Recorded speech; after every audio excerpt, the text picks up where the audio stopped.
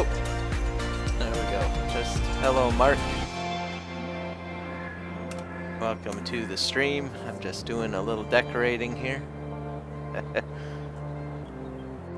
Put down a house. And the other one didn't have a sleep trigger, so we added that in.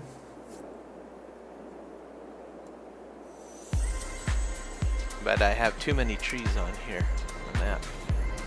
This is my little house. Let's see. Sleep until 8.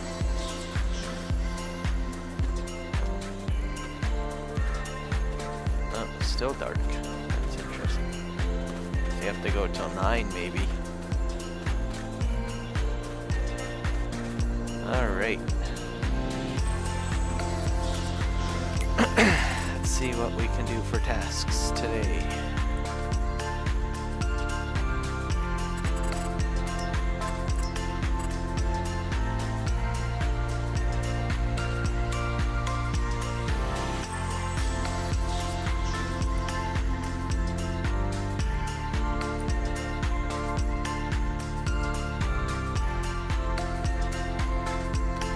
Probably going to need to do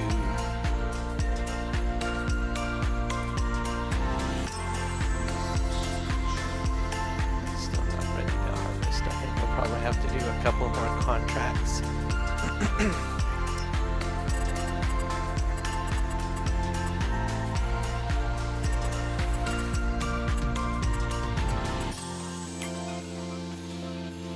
I got a lot of cultivating contracts that I can do. There's some harvesting ones. Soybean. I might do some harvesting ones.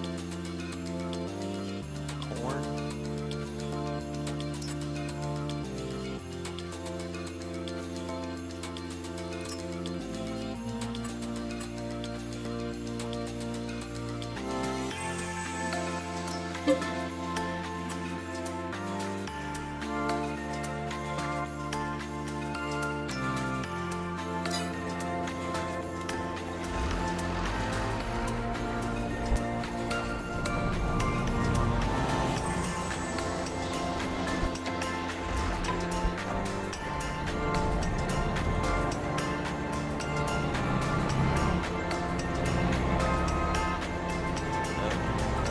Tight against the fence.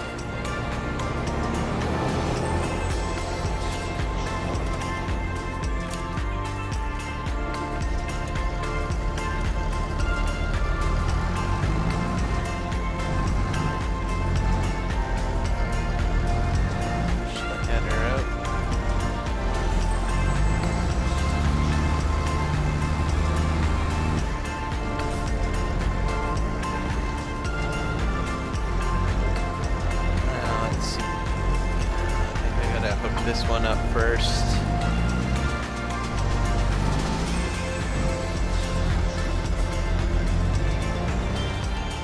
I'll think of this might not be the best kit. Depending on how big that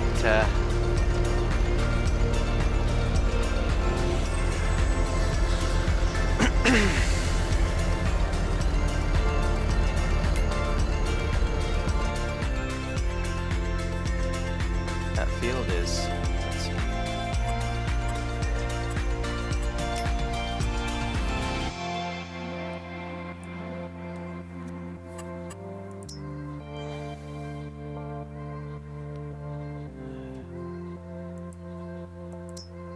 Let's see if that tractor can get there. Oh, it's going.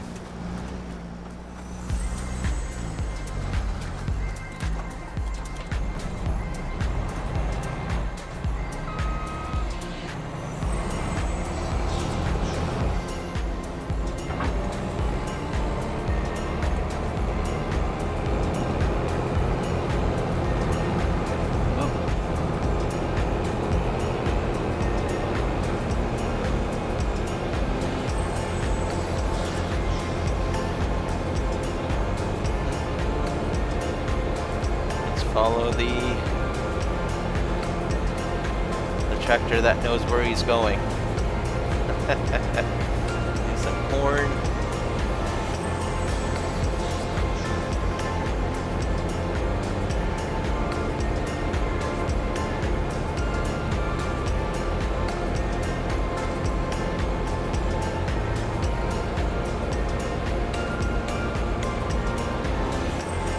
I think he stopped. Nope, he turned. Made a turn. Yes, I'll try the mine to paint.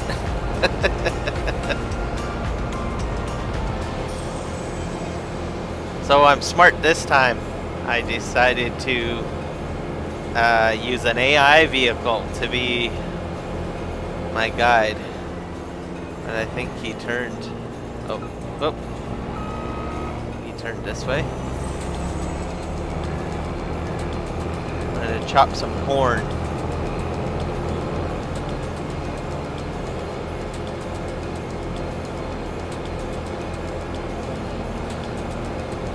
My AI worker should get me to where I need to go. Seems to be doing okay so far. Going a little quicker than I am though. But that's okay, I can use the mini-map to see where he's going. Yep, follow the leader.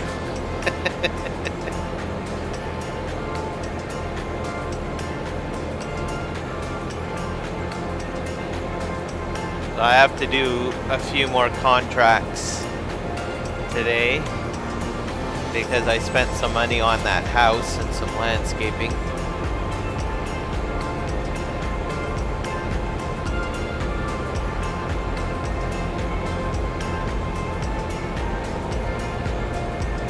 So we'll see how that goes. I could have did some more cultivating contracts, but I did a lot of that the last week. So I thought I would do some harvesting contracts this time around. Nope, I won't lose them.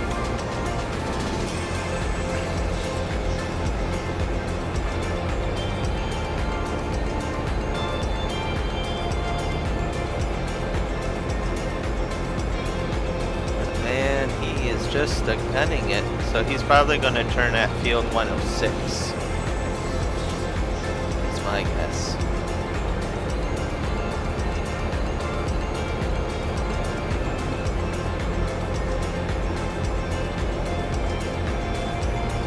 Oh no, he's blocked by an object. I wonder what happened.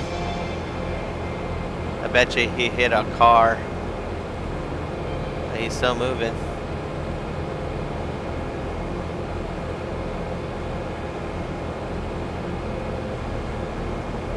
Either that or he jackknifed something, light bulb cover, a number. Yeah.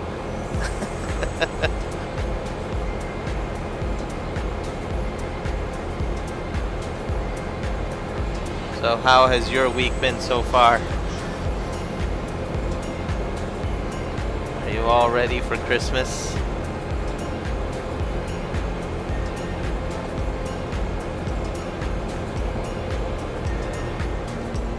Hello B and K Farms, welcome to the stream and happy holidays. I just started a little while ago, so you're not missing anything. I'm going to do some harvesting today. I spent a bit of money to put down a house because the house that's available doesn't have a sleep point. I put one of those down. I think I'm at the Costco.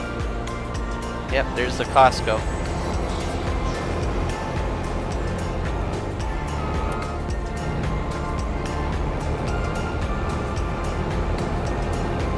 That's good. Yep.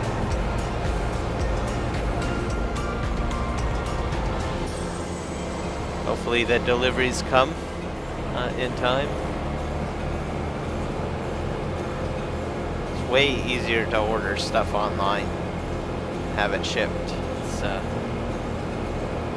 less stressful than going out to the malls and trying to purchase all the gifts, especially if you really don't know what is all out there or what's available. It's just easier to order online and have it shipped.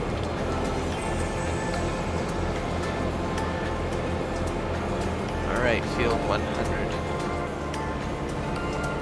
I think this is it. This is the start of it. Oh, that's field 10.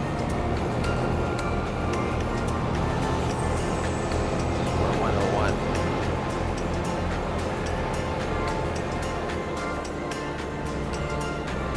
Think through the trees. Oh. Oh my.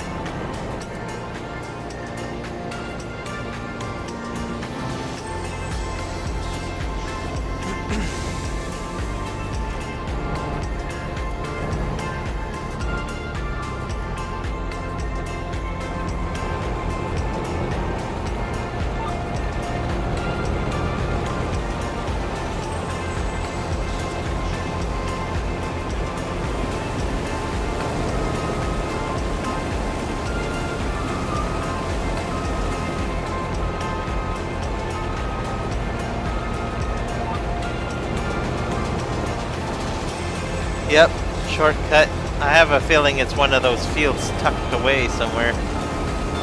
Missing a little bit of corn. A little bit here.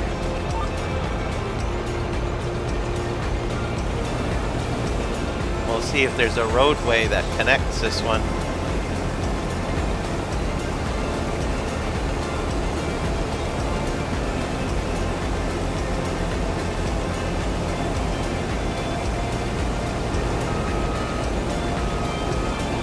I might just do the headlands manually here.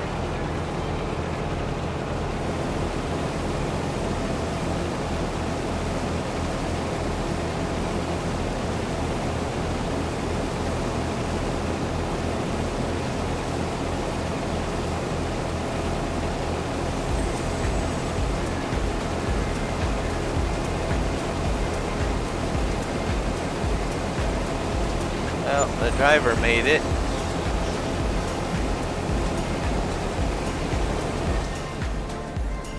Let's move him out of the way.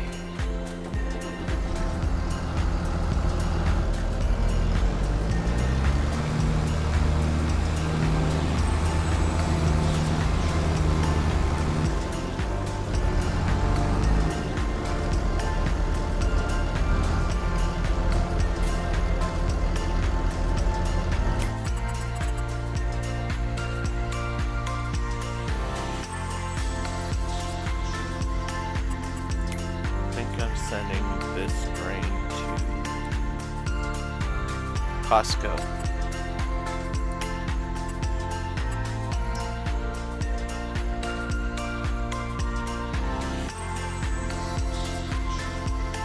Set. Create a job. Load and deliver.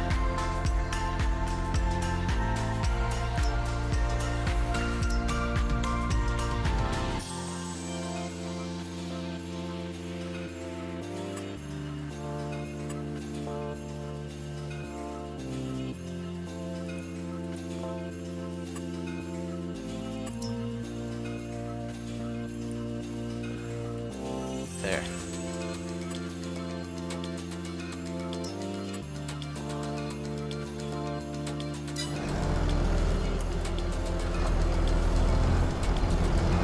I'm gonna try the in-game AI worker. I'm very brave. Hello, Gaming Joy. Welcome. Oh, trying to cut me off.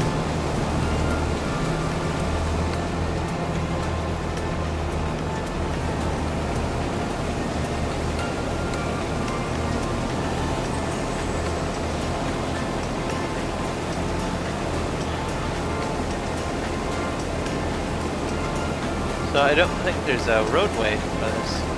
Wait, is this another field?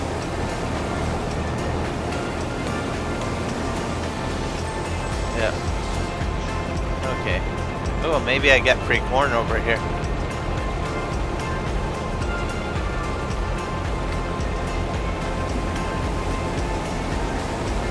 looks like it.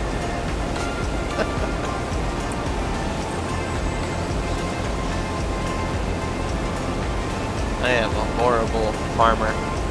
Stealing someone's corn.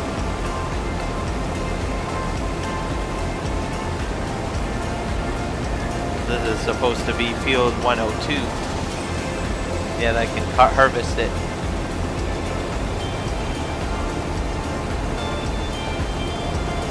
Yep. Little lost. This is, I forgot that they don't have a very large separation between the fields. That little green line is it.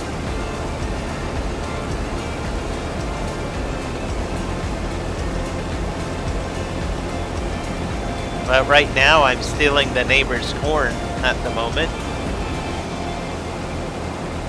Yes, I am. Just don't tell Santa, because I don't want coal in my stocking.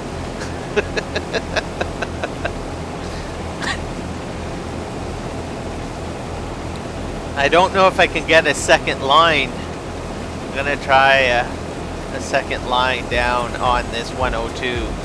See if I can get another strip of corn from the neighbor.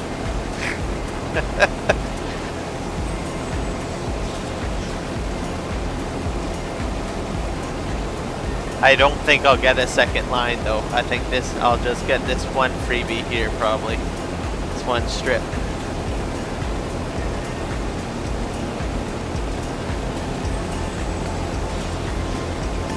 We'll see once I get to the end.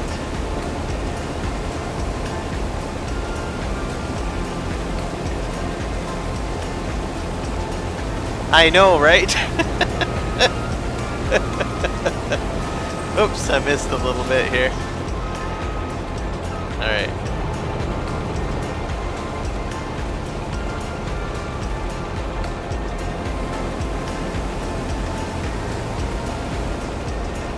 So if anyone plays this map, or if any of you guys play this map, just so you're aware, as I've discovered today and the last stream, most of the fields, or some of the fields, don't have road access, so you can expect a little bit of off-roading or going through hedges to access some of the fields,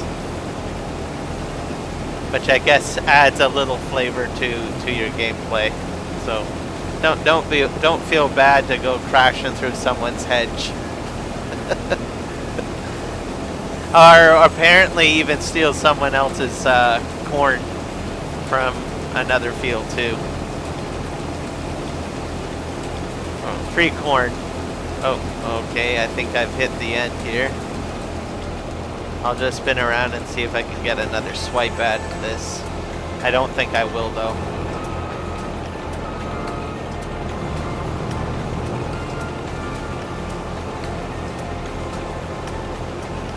Let's go up here.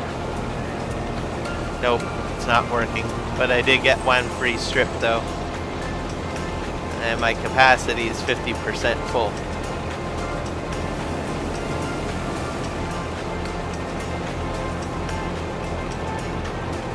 I'm going to try to make my way back down because my combine is about full. 50% full.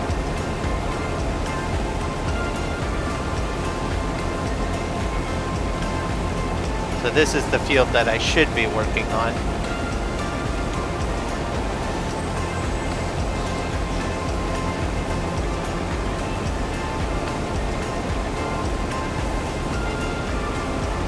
I might have to, I'll try to shore up the ends maybe, and see if I can do like one strip up and one strip down, and then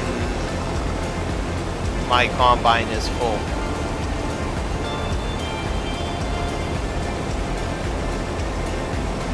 That way I can just rush to the tipper to unload.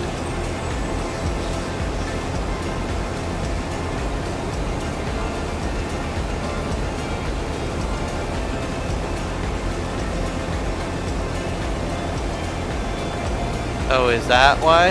Okay.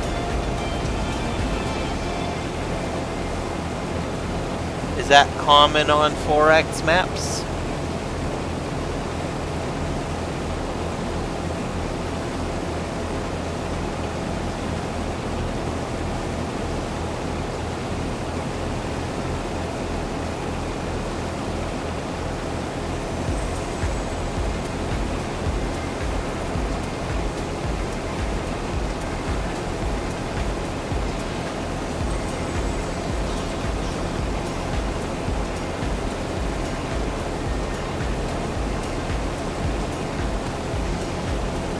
I wonder if that's the case also with the cell. That strip that I took from the neighbor's field, would that actually be in fact part of this field that I'm supposed to be working on?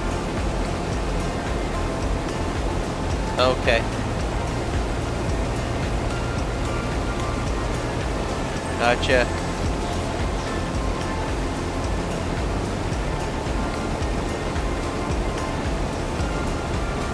So my next question is that the larger the size of the map, does the cell get larger then? So let's say, for instance, maybe a 64 times map, would you have to have even more space? Or does that not really matter?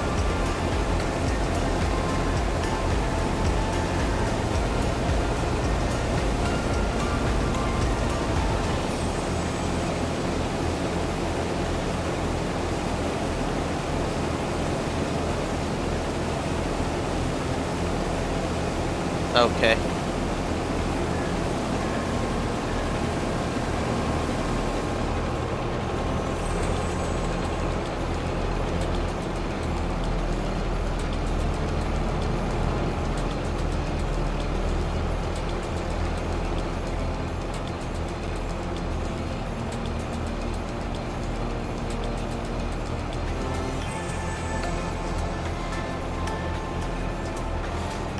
That's probably why I see on some maps why there's a lot of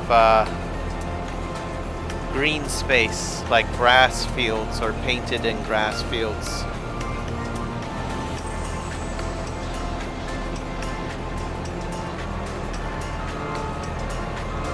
And I always wondered why. Well, there's so much space, you can make the field larger.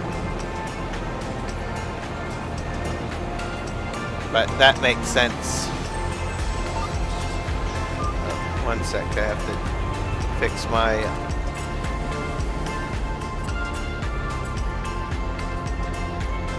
vehicle control add-on feature to snap at 90.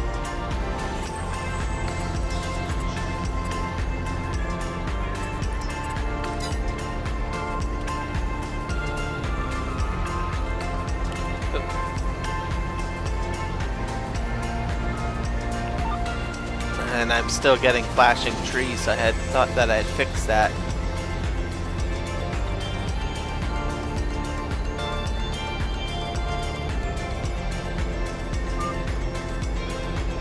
Why is my header not going down?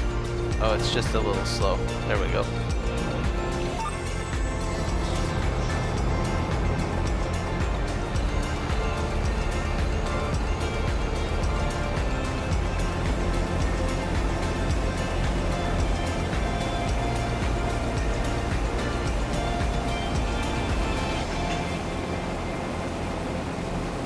My last stream was fine. I didn't have any flashing trees.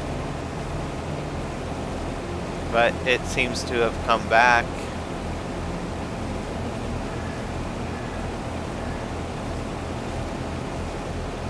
I don't know if you guys see the flashing trees in the distance in the stream.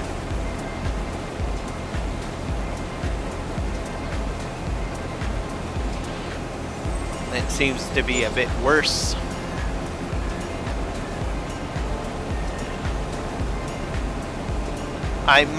What I might do is try a studio driver.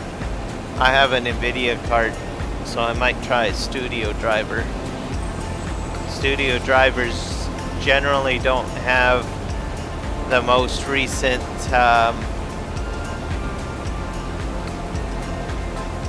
NVIDIA driver functionality. and most people usually go with studio drivers as a way to continue their work without being affected by any untested or thoroughly tested issues with the most current driver. Game drivers get released a little quicker than studio drivers, and as a result sometimes issues can pop up. So I might try studio driver, but that might not even work. Maybe I might even have to wait till Giants does a patch or something. Yes, disco time.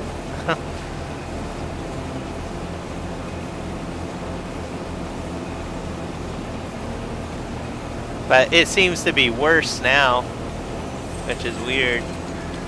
Like the first time that I noticed it, it was like maybe 1 or 2 trees, but it seems to be quite a few.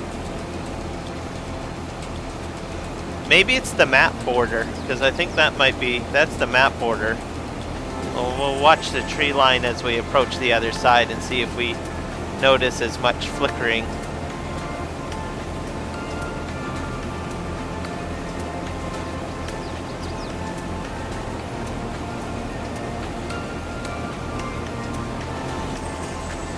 And I am using the latest version of the map. I went back to the website to download the latest one.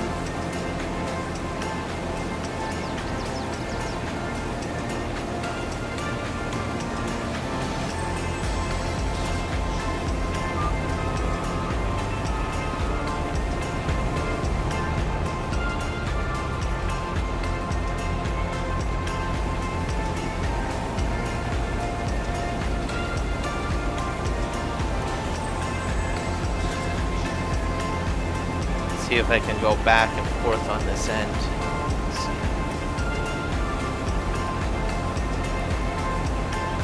Nope, there it's flashing even, not even around the map border. Maybe not as much, but no. Hard to say. Hello, Mark Taylor. Welcome aboard. Happy holidays. If the music and the snow effect is bothering you guys, just let me know. I got my Stream Deck program to shut that off. The lights, on the other hand, at the top, I don't have that tagged to anything. That's like, I think that's linked in, but the snow effect and the music, I do have a mute option to hide those overlay options, so just let me know.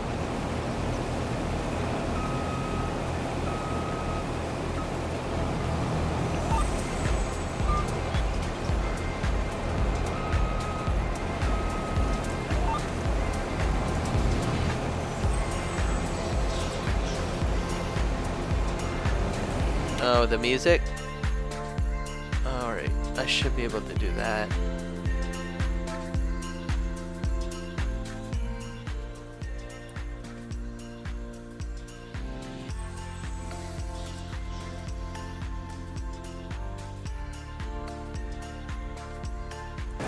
Okay, I just turned it a bit down. Yeah, happy holidays to you. It'll probably take a little bit of time to buffer on your end, Mark Thor. So probably maybe 5-10 seconds, maybe 20 seconds. Maybe I'll put it down a little bit further.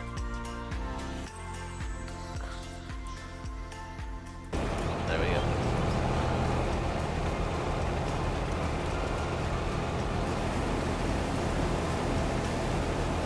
Okay, cool.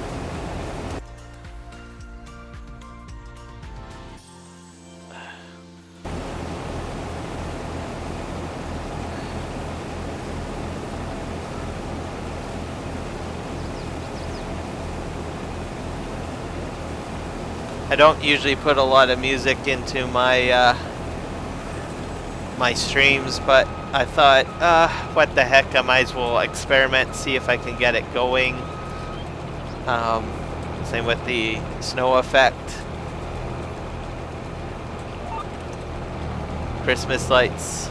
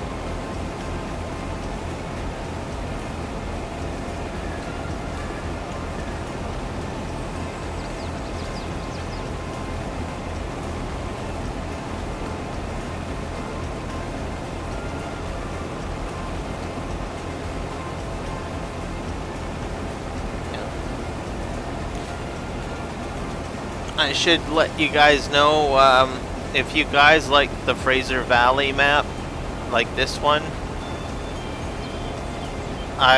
someone shared with me this past week another map that's in the works by Hilly Farms, which is another 4X map, but it's called the Fraser Valley 4X map. The link in the I've got a link in the description for it, so you can check out the flyover YouTube video from Hilly Farms. So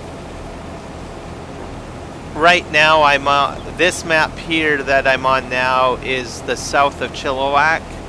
The Fraser Valley map that's under construction by Hilly Farms is in the northeast corner of Chilliwack and across the Fraser River.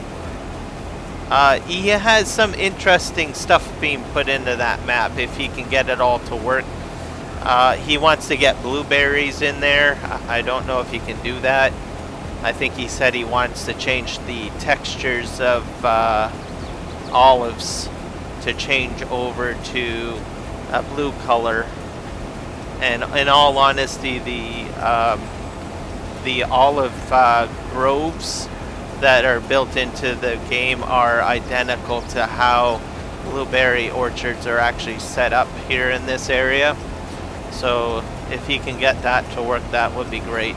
The other thing that has interest to me in that map is that, and I've mentioned it in a few Discord comments, Mark Thor, I think you might have seen me comment about this in the past.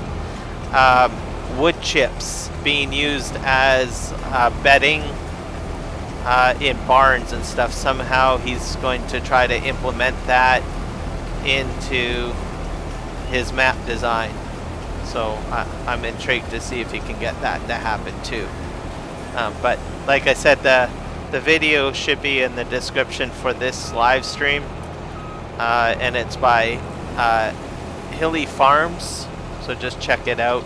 He has a few other videos that cover some of the stuff that I just talked about the blueberries and the barn. So check out his channel.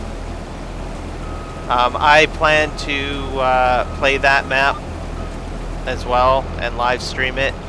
That map is not finished. He said probably sometimes, I think spring 2023 is when it'll be done. So.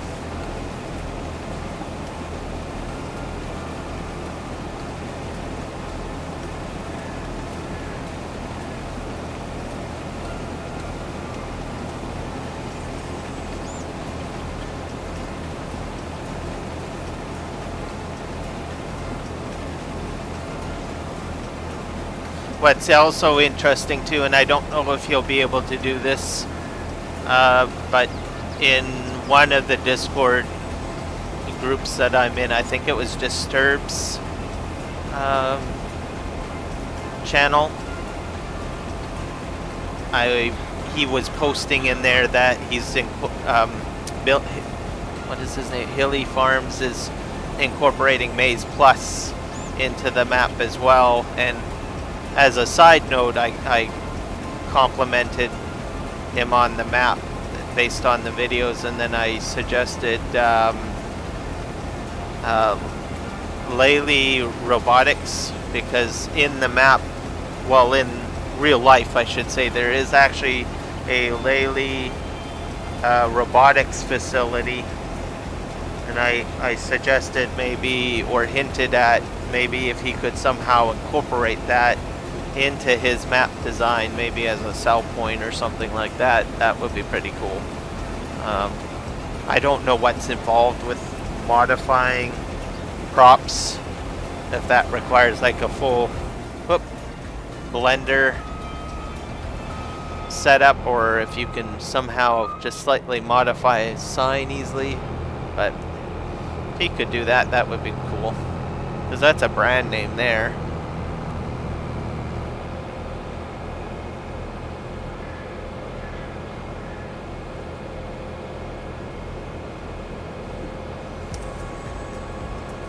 Funny thing is during the summertime, when I had discovered that that facility was there, I actually popped in and see if I could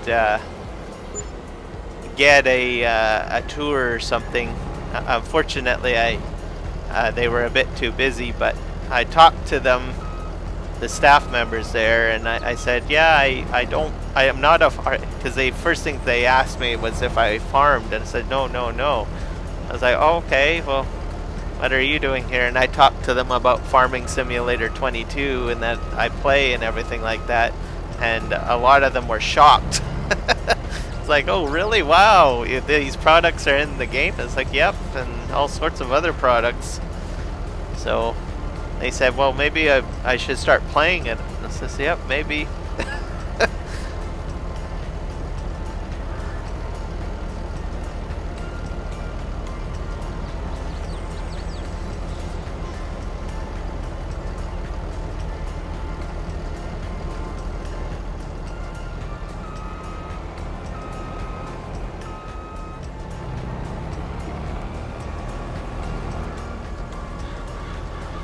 Hey.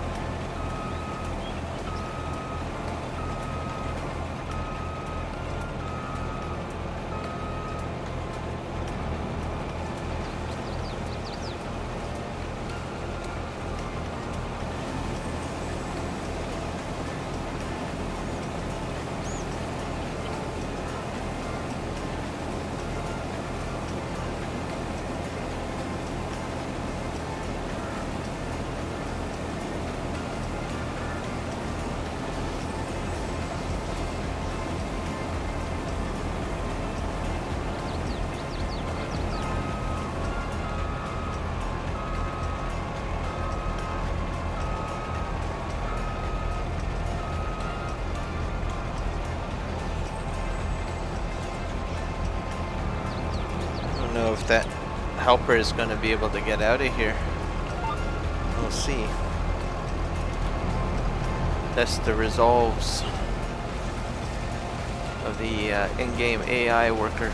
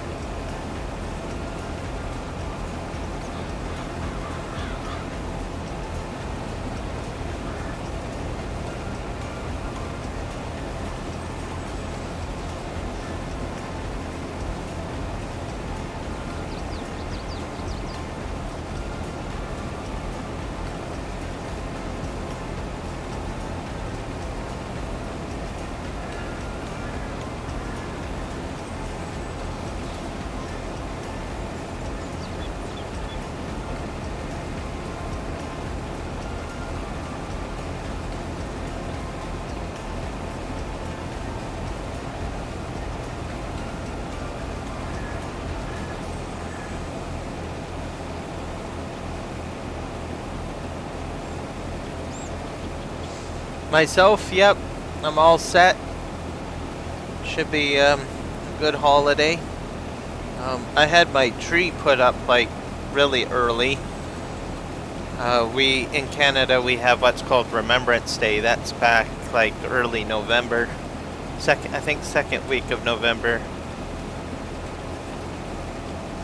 So right after Remembrance Day, I went ahead and put up a tree. Some gingerbread cookie baking done as well. So, yep. Everything seems to be good over here for me.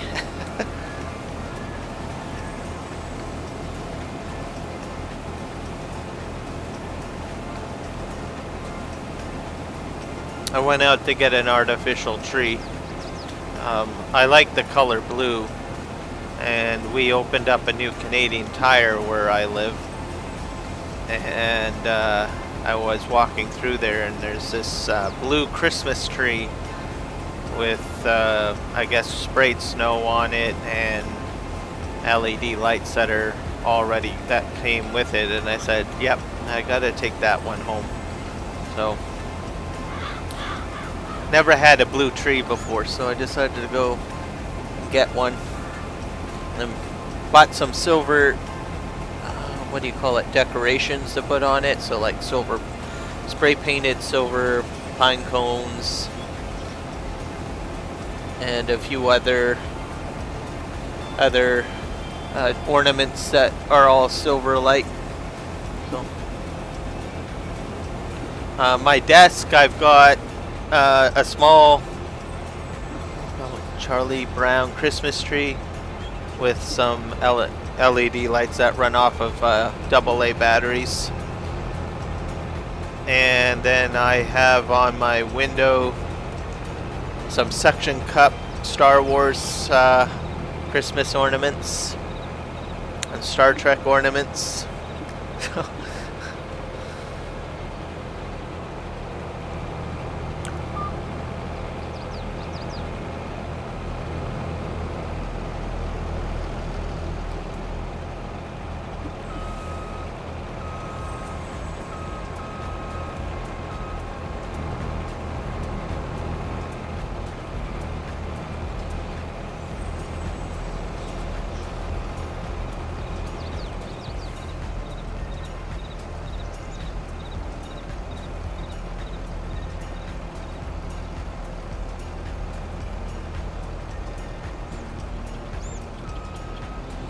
I don't know if that guy's gonna go or not.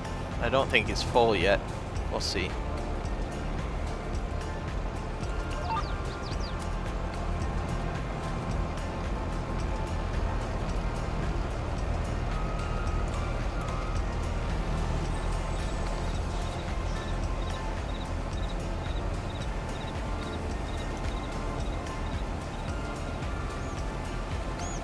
You're not ready for Christmas. Oh. Yeah, I hope you don't have a lot of things that you need to do. Mark Taylor.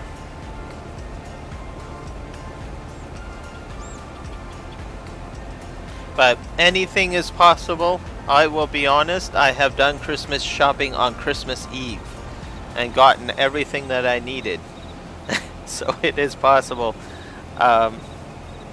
Is it enjoyable doing it on Christmas Eve? Not so much.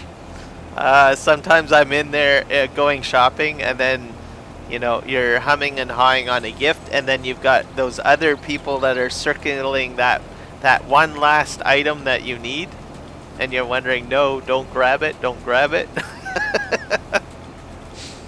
I've been in those situations before. The shopping centers are very, I don't know, claustrophobic. Just so many people around. I don't like shopping with a lot of people. I do recommend probably maybe shopping more during the day, especially a weekday, because most people are at work unless they have Christmas week off. But the crowds are not so much during the day, I find. Yes, I have done it 2 years in a row in the past. I have done it, and it's insane. Yes, it is truly insane.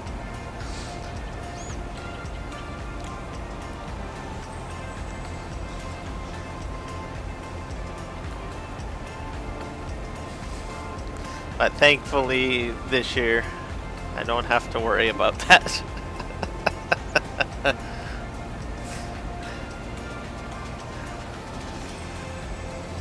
With COVID-19, I learned pretty quickly how to use Amazon and order stuff. So if there's a bonus in all of that craziness, learning how to do online shopping now helps.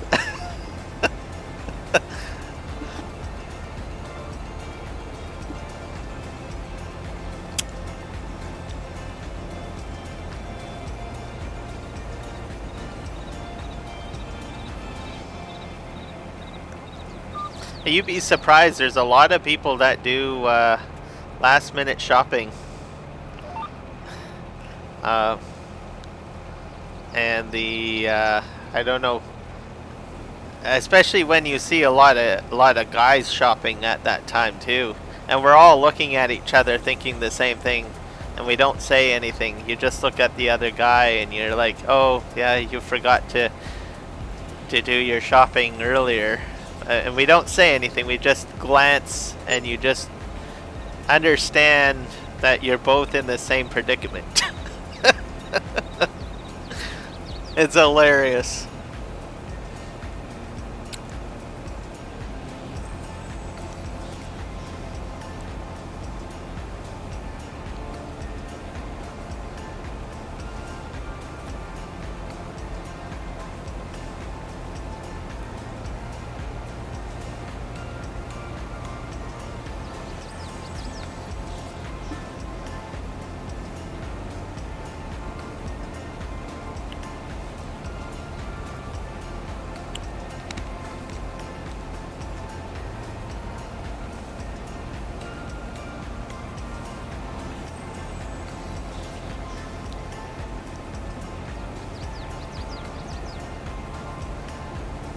Yeah, pretty much intentional. And I guess yeah, that's probably a better phrasing, because realistically, you're just putting it off.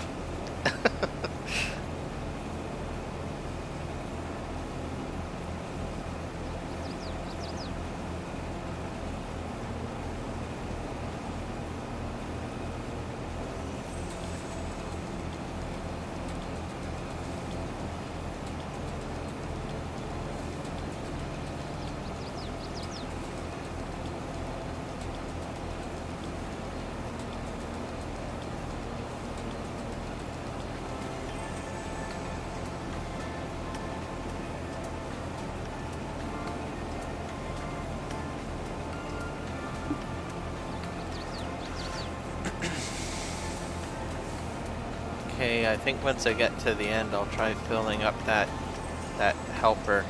I honestly don't think he's going to make it.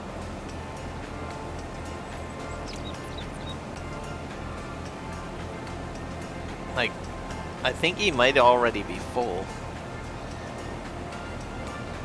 To see.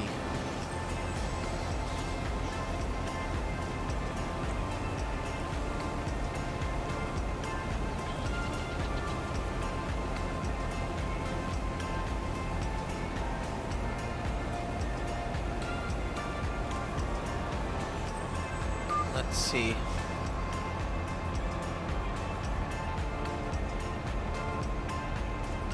Okay, that one's full.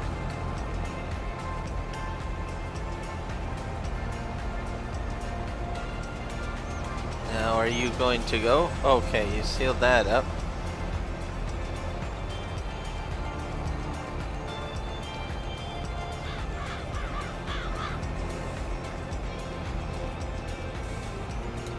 Oh, he's moving.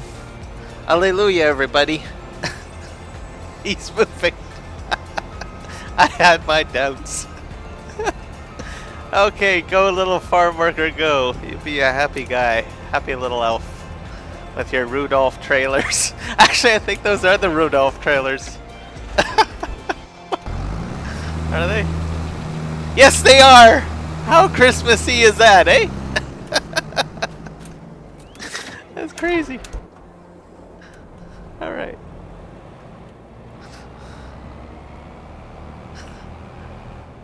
That's hilarious. Go figure. Of all the trailers, Rudolph trailers. I didn't even plan that either. I just rendered the equipment and let it happen.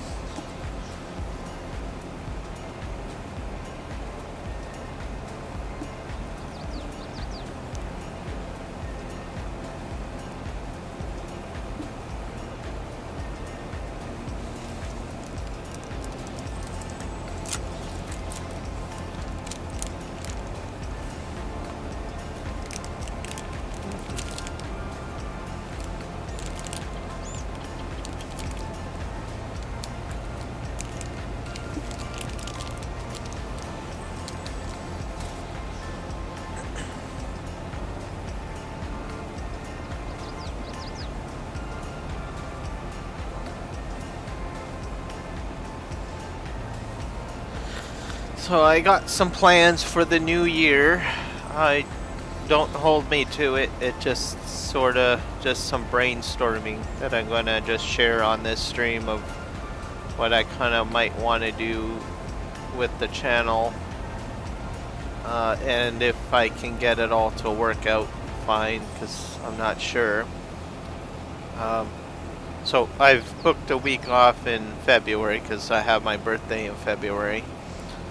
And something that I've been wanting to do, which I think would be fun, is a 24-hour charity stream. So I'm kind of mashing it out in my mind on how I'm going to do that. So I did do a charity stream when I was when I was younger, like when I was in my early 20s. And it was for a different game. It was before I was even in Farming Simulator. And I tagged up with a group called Extra Life. And it's basically an organization that raises funds for kids in children's hospitals. And it's for gamers. So that they can put in like video game equipment into the hospitals and stuff like that, and all sorts of other ways to make lives a little easier for kids that are in intensive care in a hospital. I did that before, and the stream went fairly well. I stayed up for 24 hours just playing one of the games. I think it was Ark Survival Evolved at the time, and I just went around taming dinosaurs and stuff like that is sort of what I did. And I made about $100 from people within the community at the time, and I had a blast. So I kind of want to do that again, and set that up.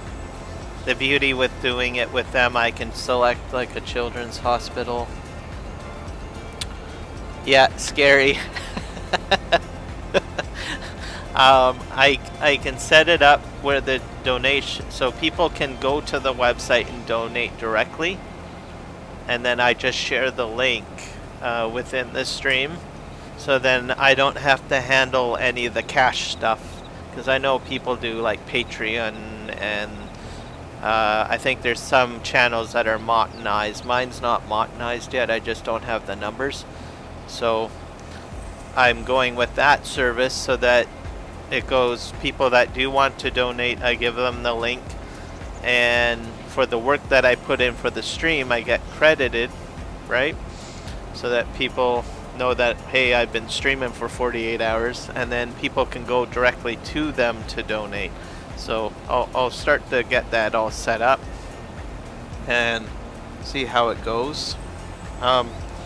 I'm going to have, because it's 24 hours, I'm probably going to do a total of 3 streams. So I'll break it up into 8-hour blocks. And then I'm going to feature a few different maps. So, whoop, I overwent the corn. So I might do, like, for instance, so let me think. So if I do 4-hour blocks or maybe 8-hour streams, I'll have maybe 2 maps per stream. So I'll probably do the Chilliwack map for 4 hours and then another map like No Man's Land for 4 hours. The other thing that I want to try doing is some of the multiplayer maps that are featured on Argsy's Discord channel. So Silver Run Forest, maybe Comston Farm, and that would leave another 8 hours of 2 other maps, so probably out of my map catalog. So that's probably how I envision that I'm going to try to get that to all work, I think.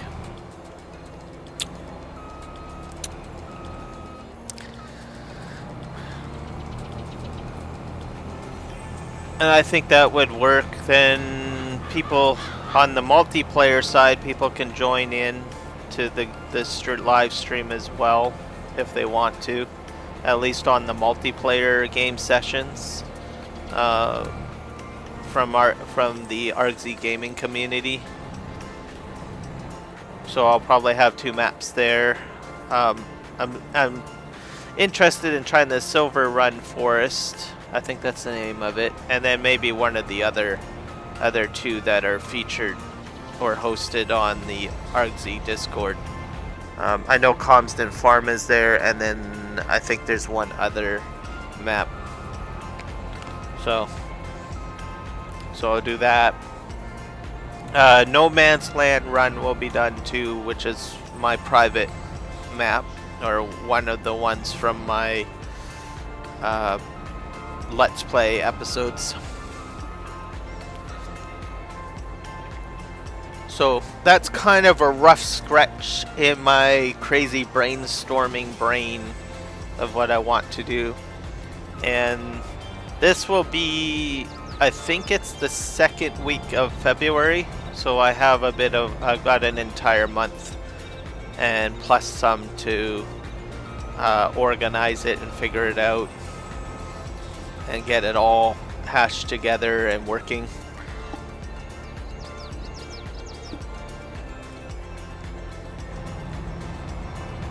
So Silver Run Forest, I should be okay to live stream on there. I've already talked to Legion, which I think is monitoring that one map, and he says it's fine if I do streaming on there. But as for the other 2 maps, I'm not too sure who runs those ones. I think it's either Scott Fuchs or Chinook. I'll have to talk to them to see if they have any concerns, but I'm pretty sure they'll be okay with it. Just go from there.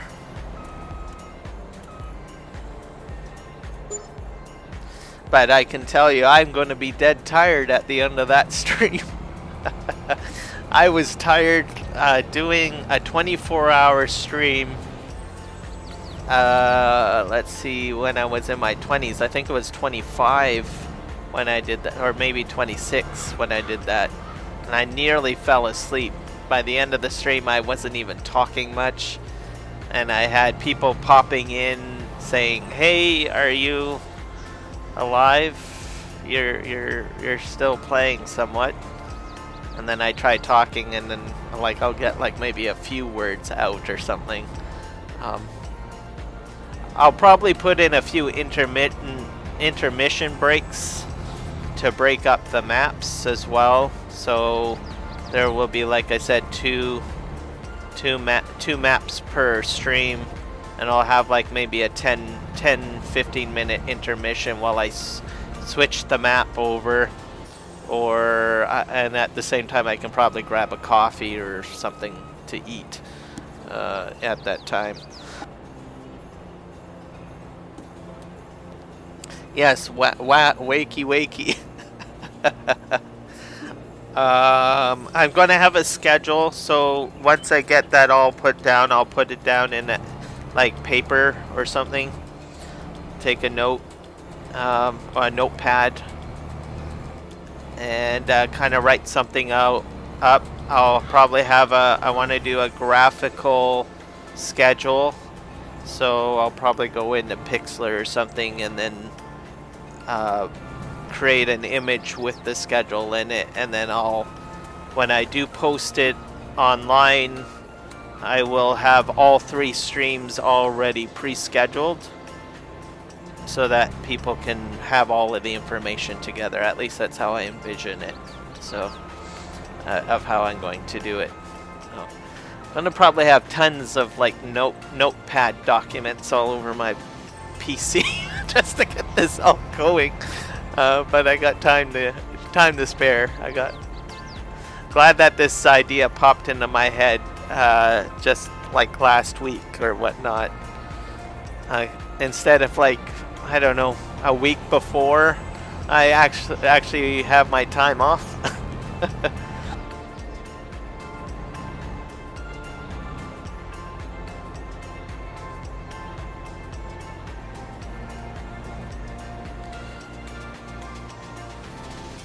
Now, did that tractor come back? I don't think that tractor came back. Oh my.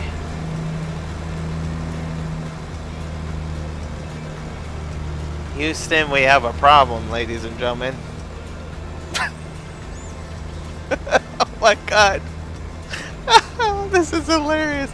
I didn't realize the Costco required a reverse dump. I thought it would be just a drive over. This is so bad. Okay, I'm gonna have to manually do this. This is crazy.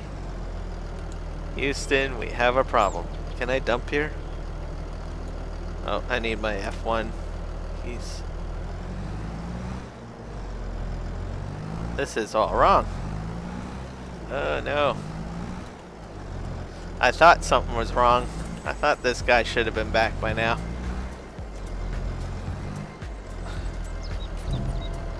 He couldn't fly. No, he couldn't. There you go. I will say this much, I am impressed that he actually got here, because I had very little faith that the AI worker would even make it here.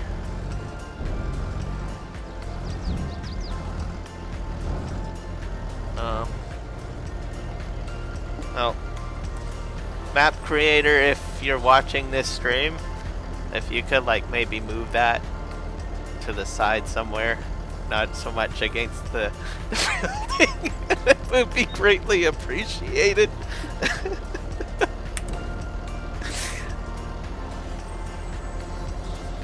There we go. Dump, dump, dump.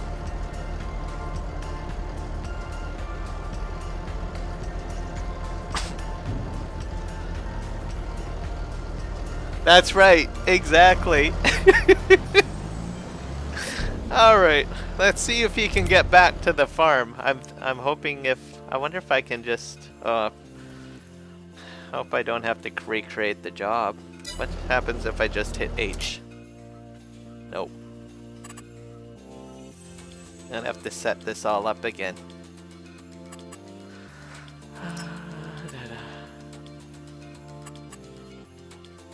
So loading position, we'll put you right there. And let's see if he can get back to where he needs to go.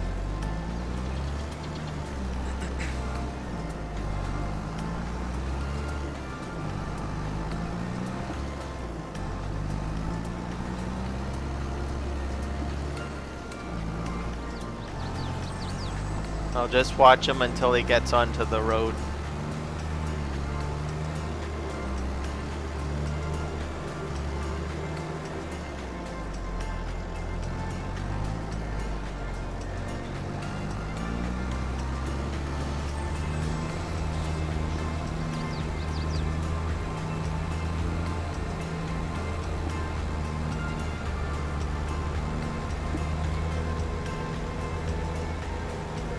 I do have auto drive, but I don't think I have the courses set up. Let's see.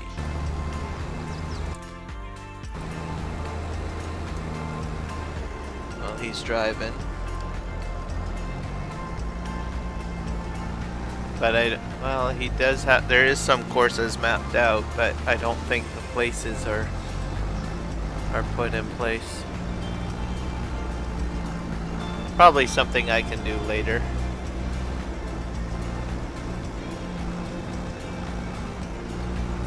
For now, we'll just continue going with what we got going on.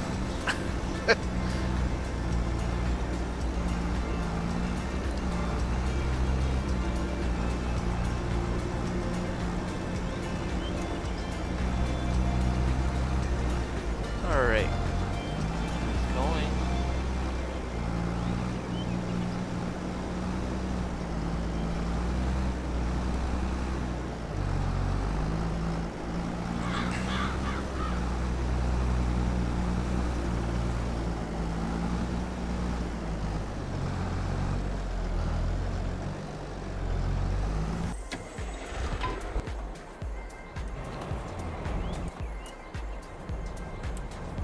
I think he's just going to stop there.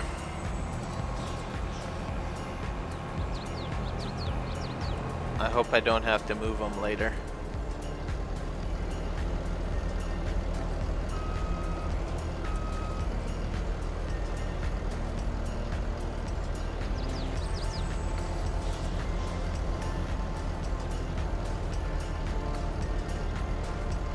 Loading.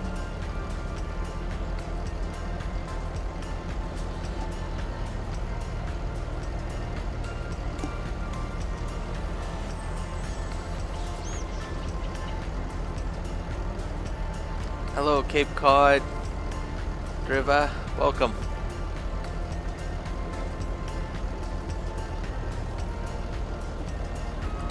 Happy holidays.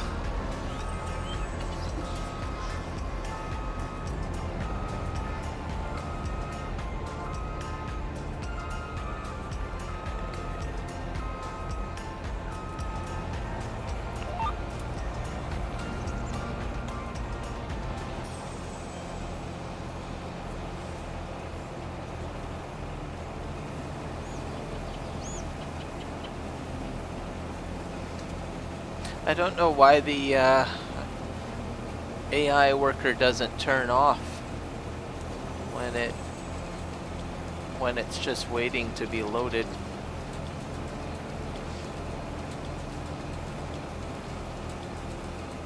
I don't use the in-game AI worker very much. I usually use auto drive or course play, but today I thought, oh, what the heck, let's try it. I did try it when it first came out, and it was a bit difficult to use, but since just from this one experience, I was shocked that it actually made it over to the Costco. So I guess they've made some improvements to it since the initial release of FS22.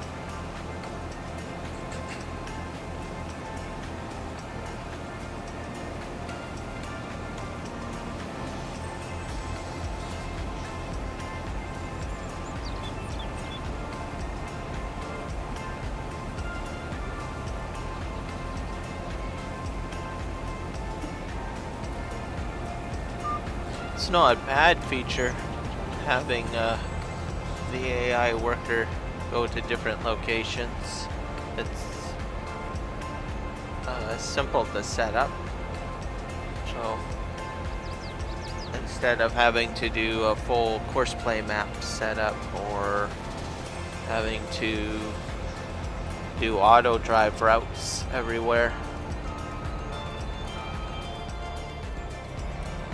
So if you need something set up real quick, like for maybe a contract or something, seems to do all right.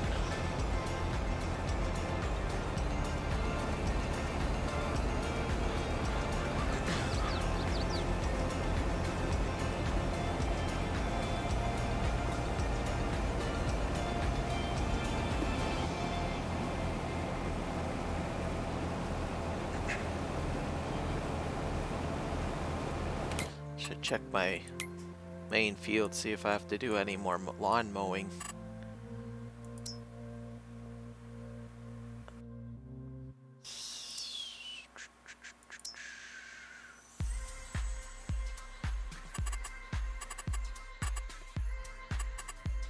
Grass and alfalfa. I'd like to grow some alfalfa and clover at some point. Growth stages, so I imagine I'll have to cut the grass pretty soon, probably near the end of the stream. It's starting to rain. I wonder if it's going to pool up the water in the fields.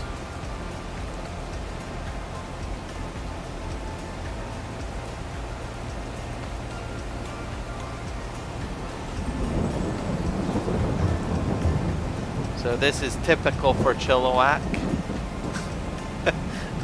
Even today, clouds, maybe not so much rain today, but normally we get a lot of rain.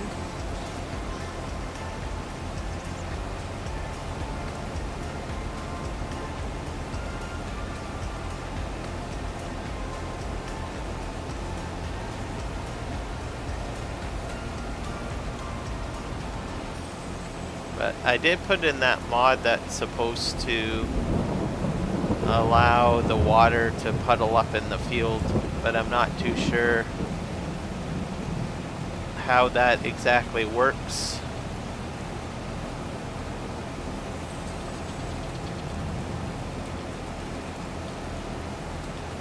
So we'll have to see if we get any puddles in this cornfield.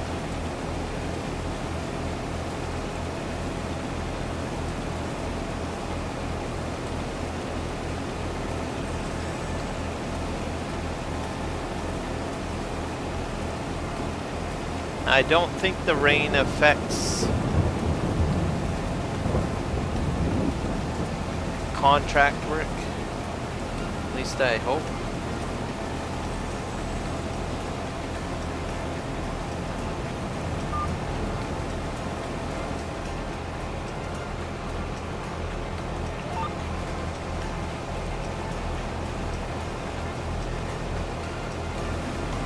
I do know that you can cut crops in the rain, but I think you get a yield hit, so you get less crop in your combine hopper.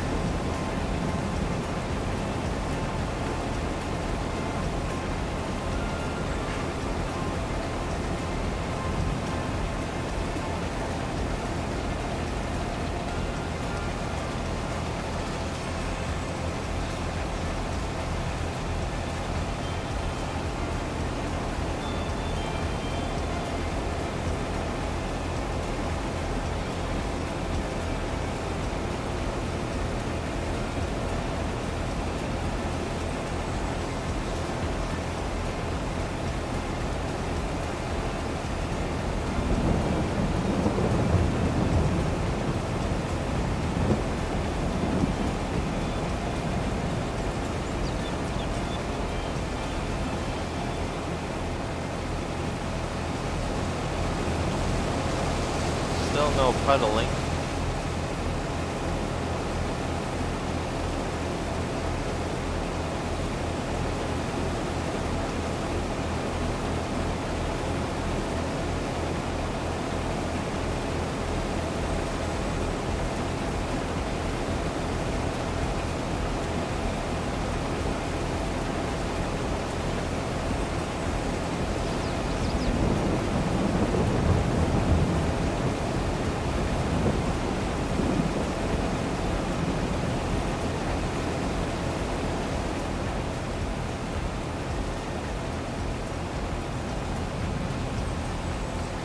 We don't get a lot of lightning where we are because it doesn't get dry.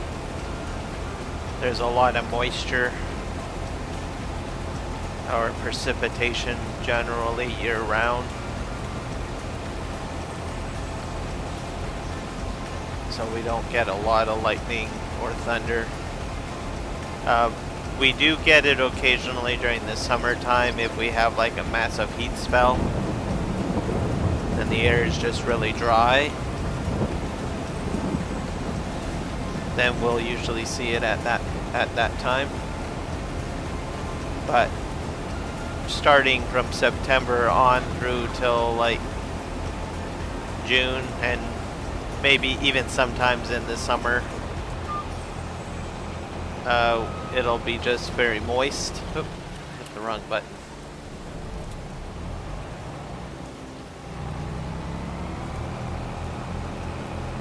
Turn the engine off. Harvest will oh, now I'm getting a yield reduction. Not sure if this is going to affect my contract. Guess we'll see. But as I was saying, we don't get a lot of thunder and lightning. The area is considered a rainforest. Not a tropical rainforest, but a rainforest biome. Because we get a lot of rain.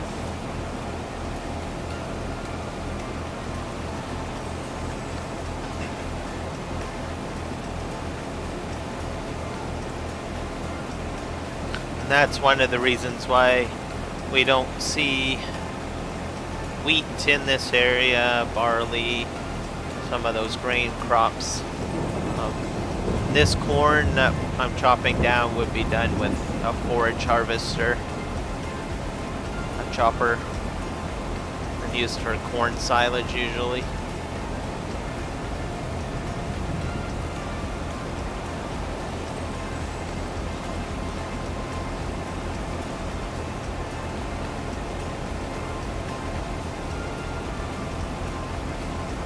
And then we do have a lot of grass fields, as I think I've mentioned. So you get a lot of farmers cutting grass for silage, filling silage bunkers.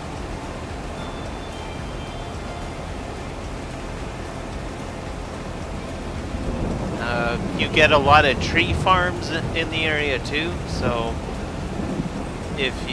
some farmers will lease their land out to forestry or landscaping companies that will grow trees. And where I'm driving right now, you could have like trees upon trees, small trees growing. It takes quite a few years for the trees to fully mature, so I think to a degree there's a benefit to the farmer because there's a longer land lease, and there's one crop that goes in for a long period of time, whereas corn or grass would have to be cut on a regular basis. Alright, let's see here.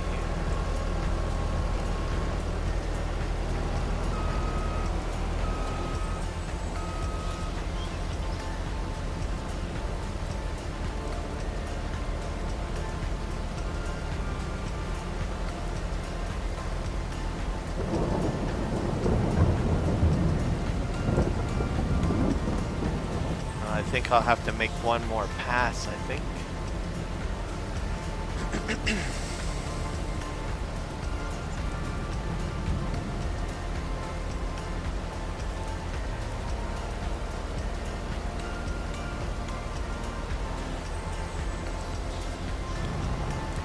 Okay.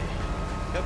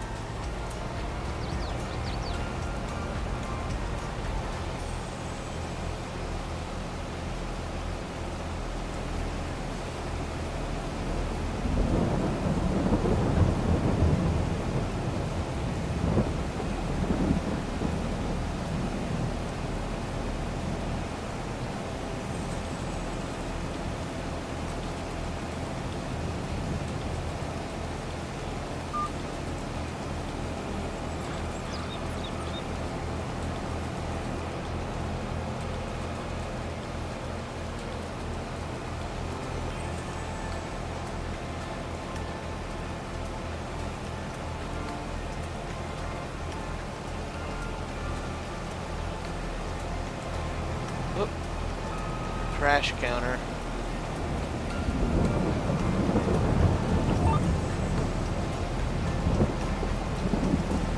Good thing I took that insurance out on the rental.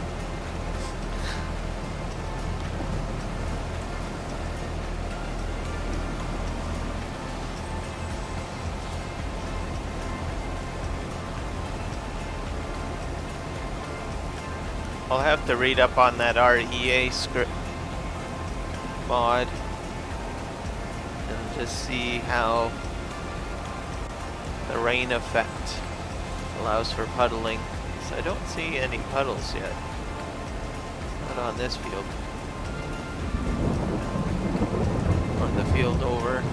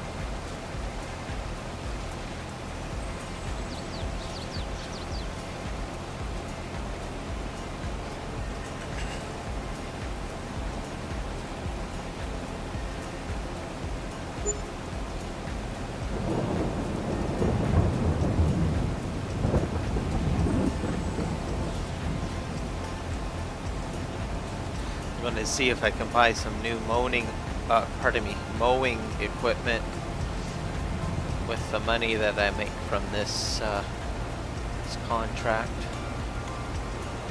Just upgrade it a little bit.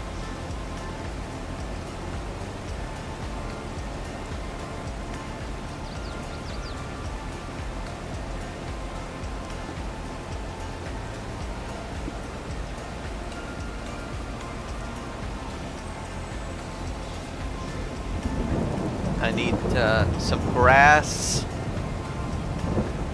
cut, so I have silage bales, I have hay bales, and I think I need, let me think here, I need regular grass bales for horses, and then once I have the food that I need, I will put some horses into the pen. So I'm getting there. I might need one more food type if I recall. I think oats. Oats is what I need.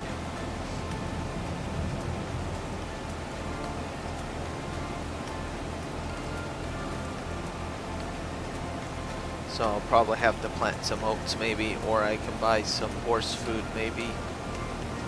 I don't know what I'll do.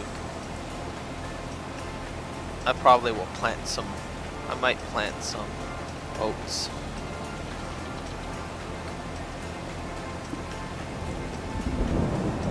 Then I should have all the maize plus food that I need for horses.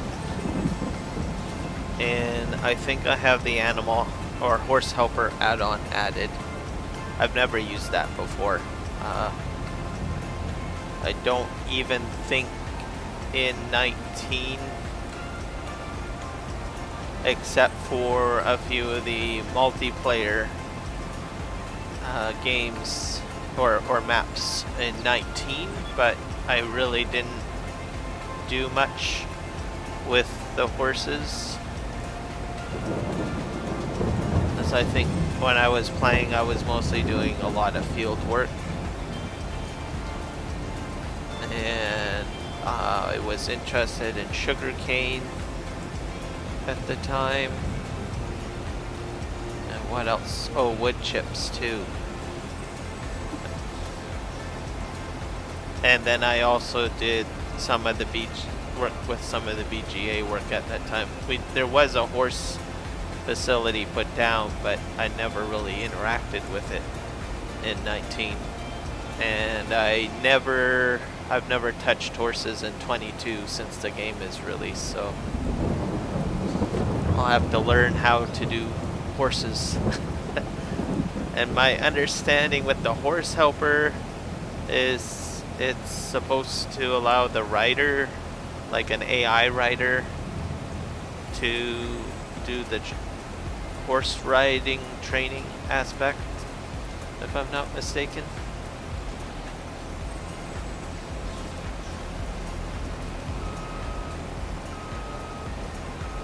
So we'll see.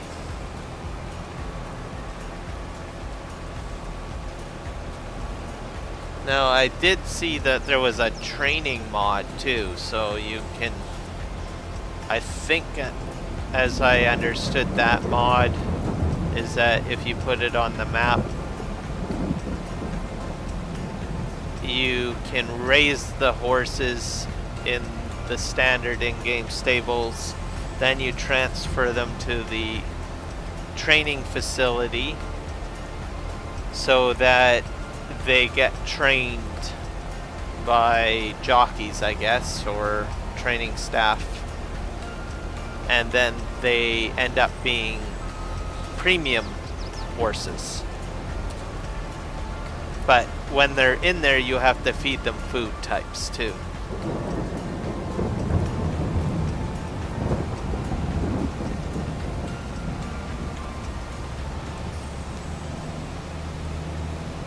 Why are you following me?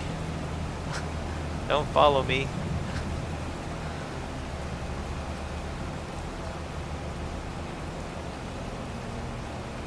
Off to Costco you go.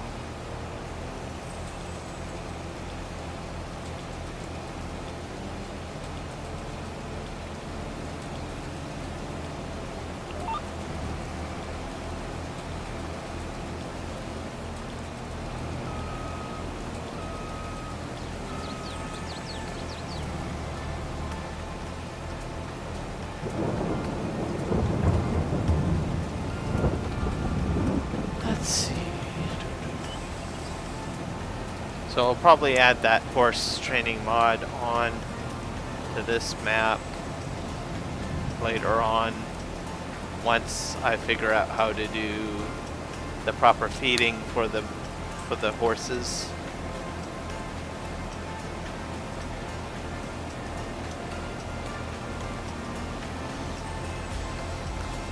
I'll eventually want to put down cows, and I will want to put down, what else? Chickens and sheep. So I'll probably do that later.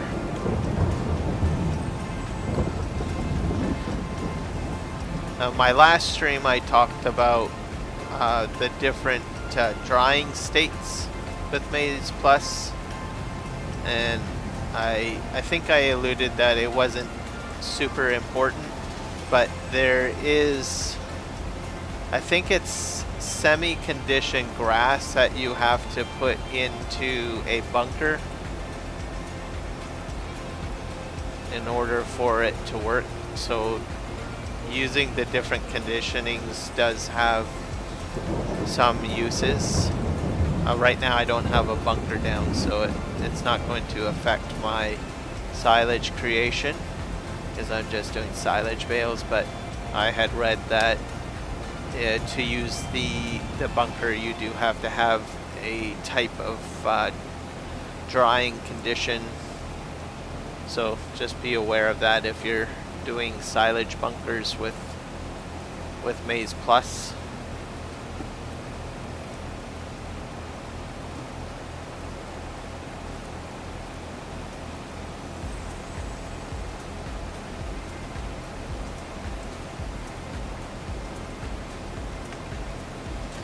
No, I'm slowly learning Maize Plus as I go along. It's a lot of information to digest. I've watched quite a few videos from Disturbed's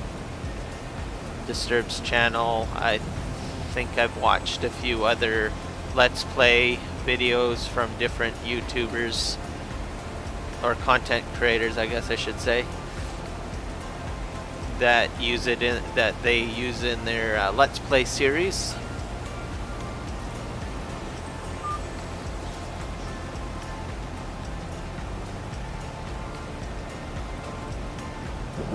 But they do have a PDF document that covers all of the information on how to utilize Maize Plus. I believe that Maize Plus will grow in usage from starting now till probably the end of next year. So I have a feeling that the next DLC, or Seasons Pass I should say, will support Maize Plus. It's just what I think. Anyways, I'm not basing that on anything that I've heard from other people or any comments from what I've read. It's just my theory on it. I'm mainly basing that theory on the carrot. But there's a few other crops that need to be added, like alfalfa, clover, that covers some of it. The other thing too is the corn bale. So I don't know if that means like corn silage or maize silage, which is a functionality of Maize Plus. So that's what I think.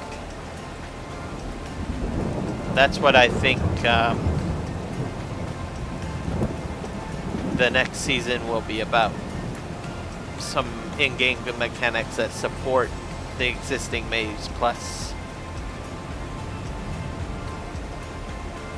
The mods that are out. The other thing too, the machines to rule the mountains.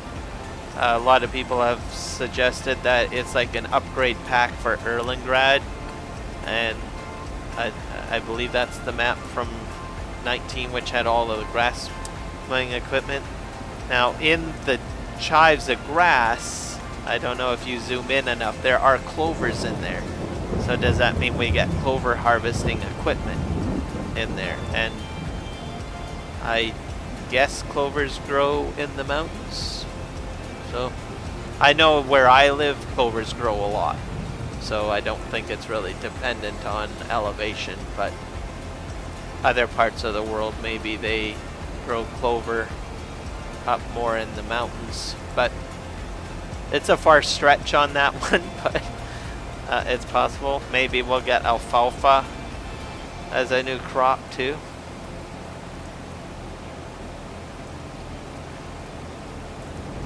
Yeah, it's going to be interesting. And I'm just speculating. And everybody else has all their own theories on it too. But it would be interesting if it turned out that way.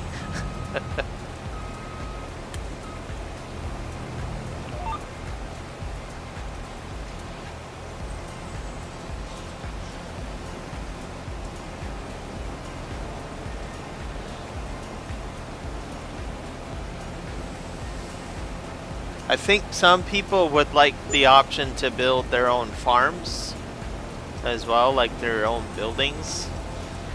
Like kind of utilize the mechanics from the roller coaster in the most recent map release.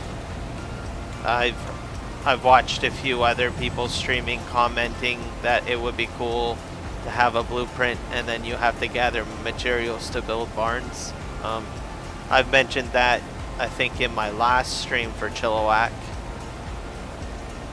I think that would be a cool mechanic.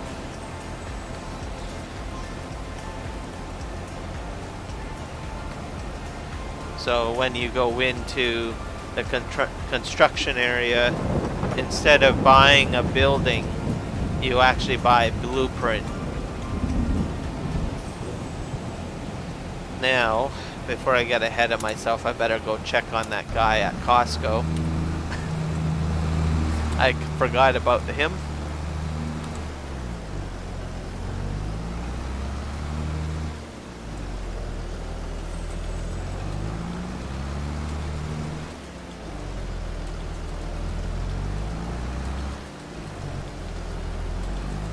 I'm just curious if there's a route here. I doubt it. Yeah, there's no route in here.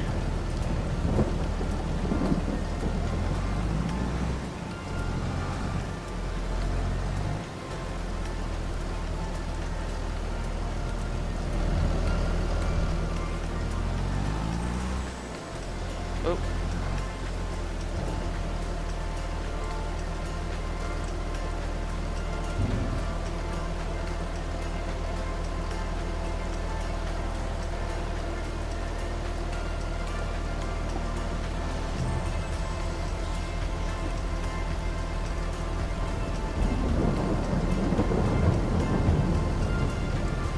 No, 80% complete.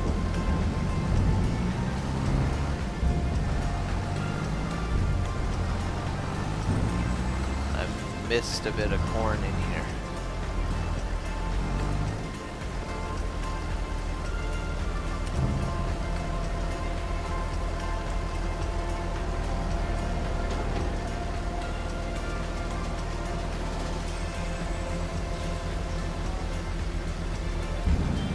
%, transported. Cool. All right, buddy.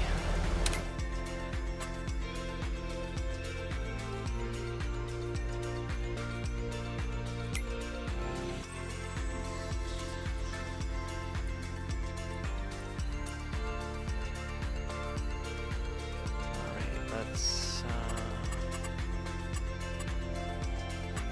I'm in the wrong one. Great job.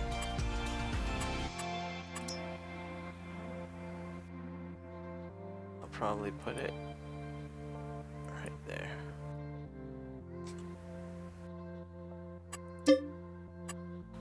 Loading point missing.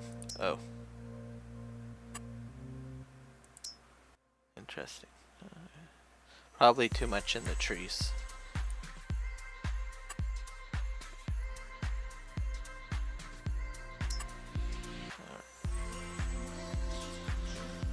He's going.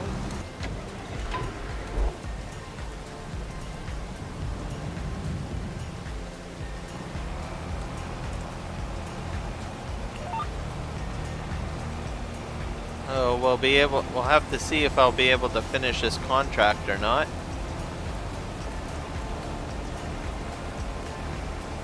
I might be doing this for nothing. But I think contracts are immune to rain.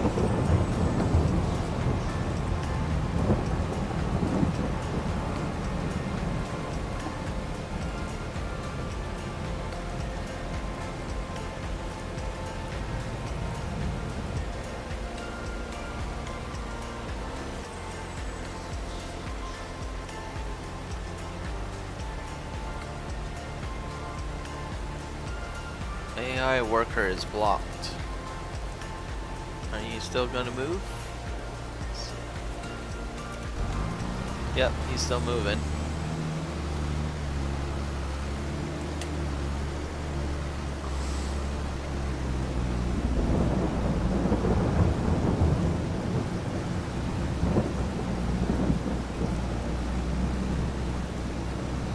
So I do have a house, so I will probably sleep trigger now that I have a sleep point.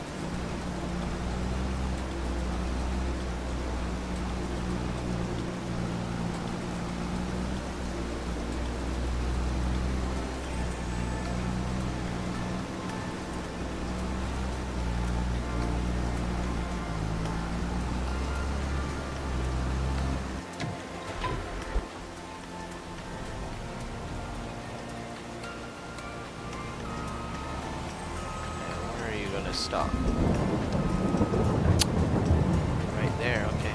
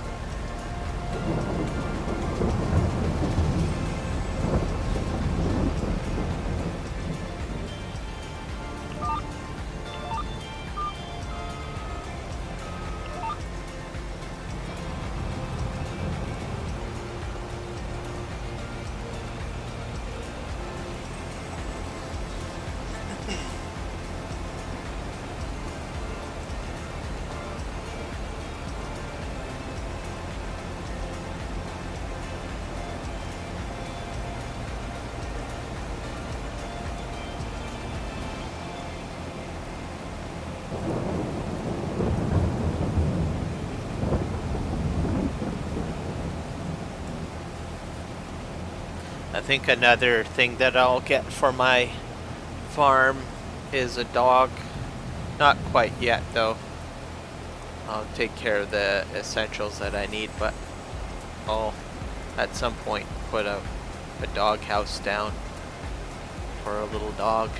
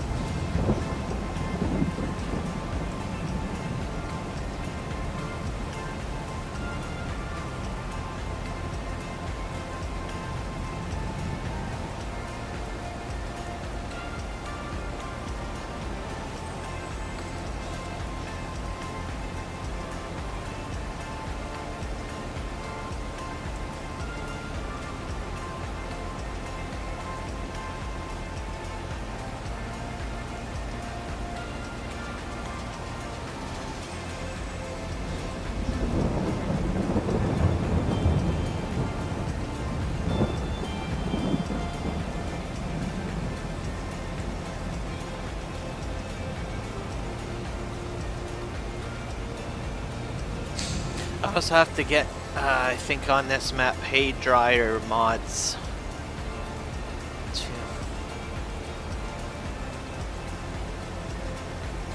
I'll have to look for a few of them to put on here. I think that would be cool to use. I did get a mod for holding onto, what do you call it, onto the bales. So I do have one of those added.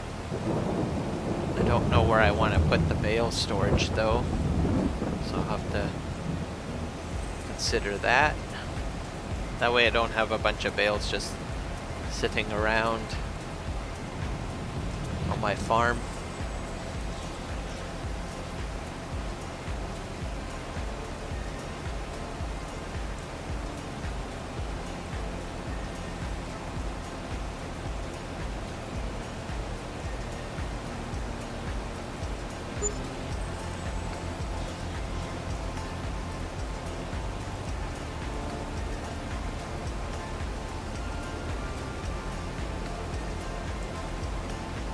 Yes, the snow.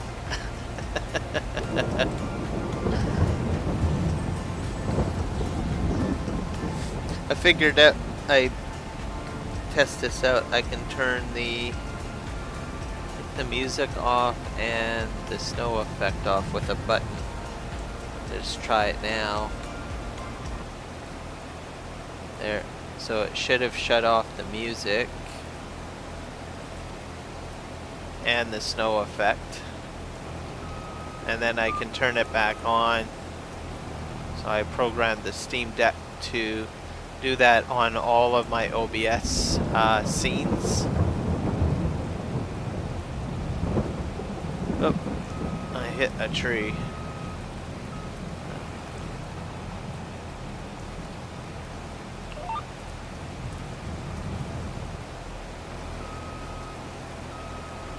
Up.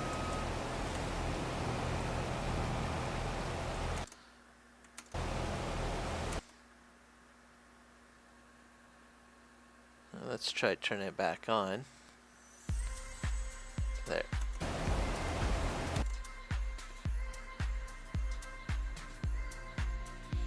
I think it turned off the music, did it? Yeah, it does. Okay. That's cool. It took a bit of programming to figure that out, how to get the different, it's basically an option to turn off and on multiple sources in the Steam Deck, or Stream Deck I should say, device. I have a few more things I want to program into it. But I have to put a little thought into it, because I don't really want my Stream Deck to be filled up with all sorts of buttons.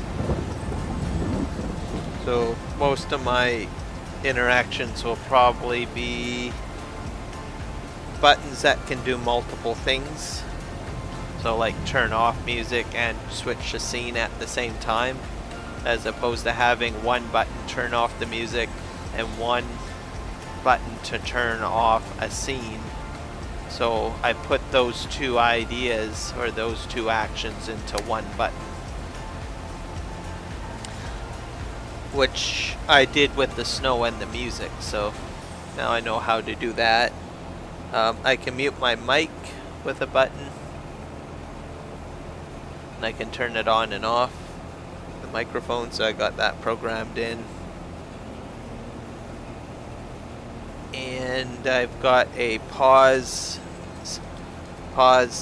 stream option as well.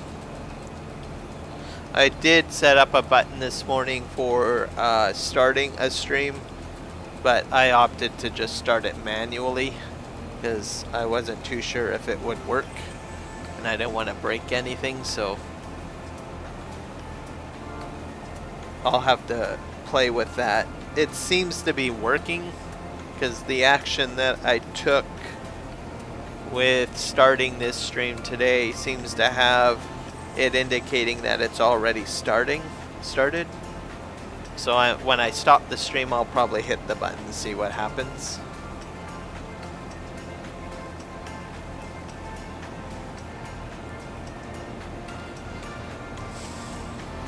Last week I had scheduled the stream for the very first time. That seemed to go smoothly, but I found that when I wanted to stop the stream, it didn't cancel out the schedule.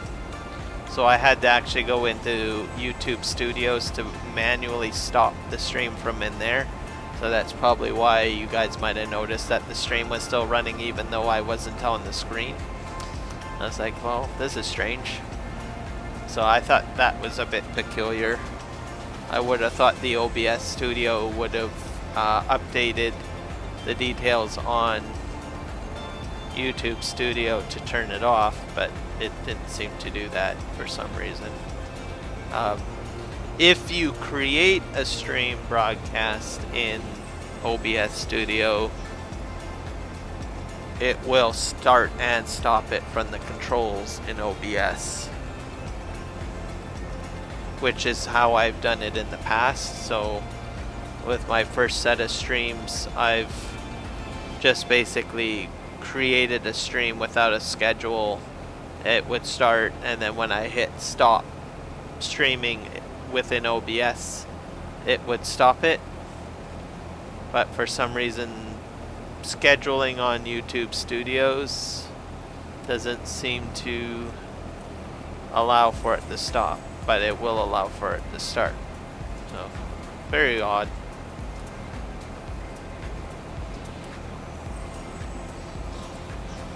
So once I end this stream, I'll just have to remember to go into YouTube Studios and then end it. Maybe that's why some people put like an ending scene where people put like some music playing and a thank you message where it jumps to that stream so that the content creator can go in and stop the scheduled stream.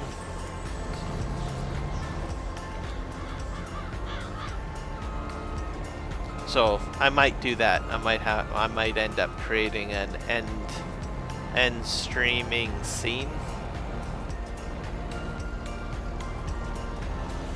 and then I can put some information on there like thank you, or remember to like and subscribe.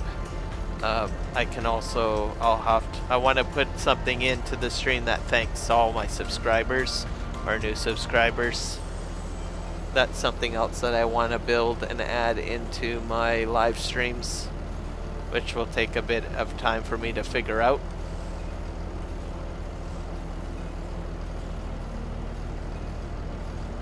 Yeah, just push a button for the overlay.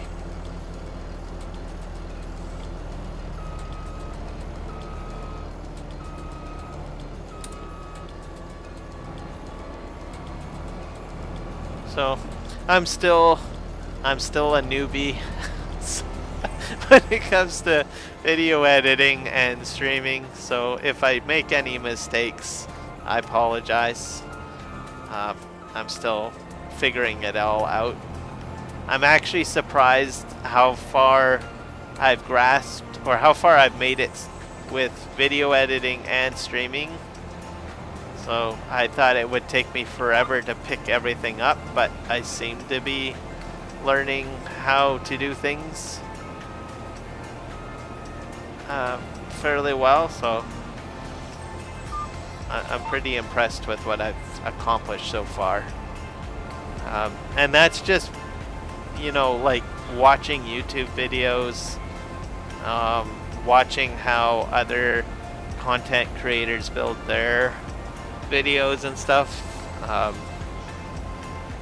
I think I've learned a lot from the Farm Sim guy and Argsy, so I've watched a lot of their videos and have been inspired by what they do. I don't have my videos exactly similar to them, but how they do things is inspiring to me anyways. to watch their content and how they do things, because they cover so many sophisticated methodologies for creating content. It's just like, wow.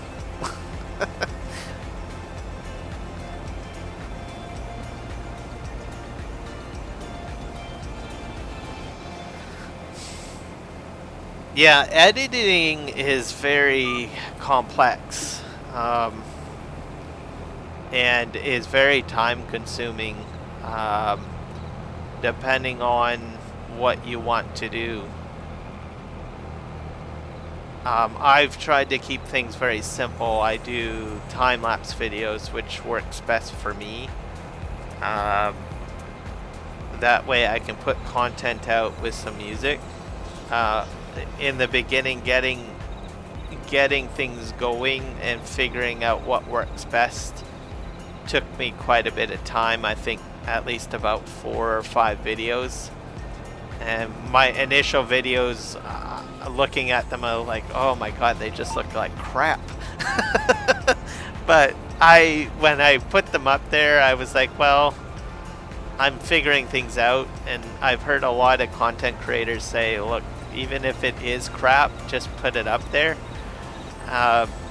because it's just all a learning process, and it just gets you over that hurdle of overly criticizing what you do and what you put out there.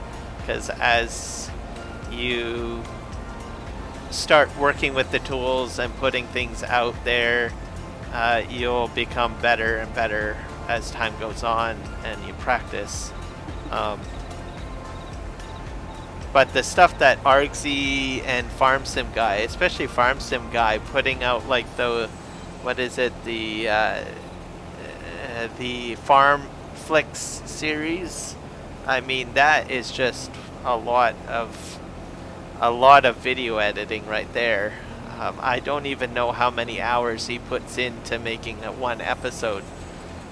But it's just bonkers the amount of detail he's put into it. Music selection. He's got probably a script that he has to follow for each character. Character development. I mean, that's crazy. The level of content creation he does. And I know Argsy has helped him with some of those videos as well.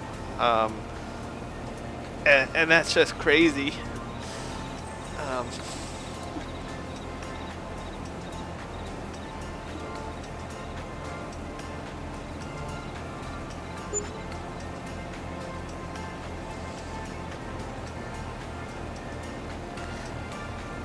I know the last stream we were talking about Farmer Cop and Notepad, or I mean his sticky note process, and I started thinking about that after the stream, and I was like, well, I don't do sticky notes, and I think you asked me what I did, but I didn't really answer the question because I didn't really give it much thought. But I probably am a little bit like Farmer Cop, but I don't use sticky notes. I have a plethora of Notepad documents and WordPad documents everywhere. I started, because after we had finished the stream, I started doing a little bit of video editing on, I think, one of my video releases. I can't remember which one. And then I started realizing, oh god, I've got so many Notepad documents and folders, and I've got like 50 folders here and 50 folders there. So I guess I follow the same methodology as Farmer Cop, but I just don't use, I use a digital version of what he does. Notepad documents and folders everywhere.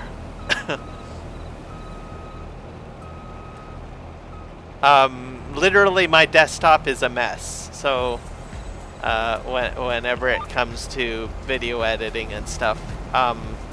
But I am trying to organize things a bit better.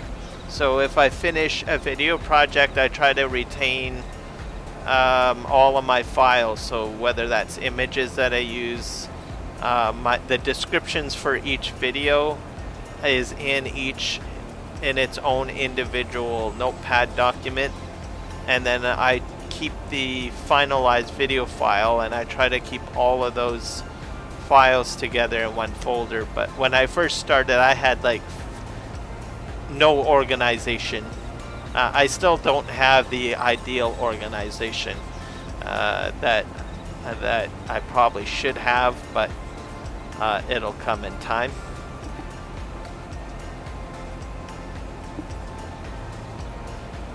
Oh, okay. Well, if you ever talk to him, you could just tell him my methodology. Just have boatloads of folders everywhere, and notepad documents, and maybe he might find that a little easier. Where he won't bury his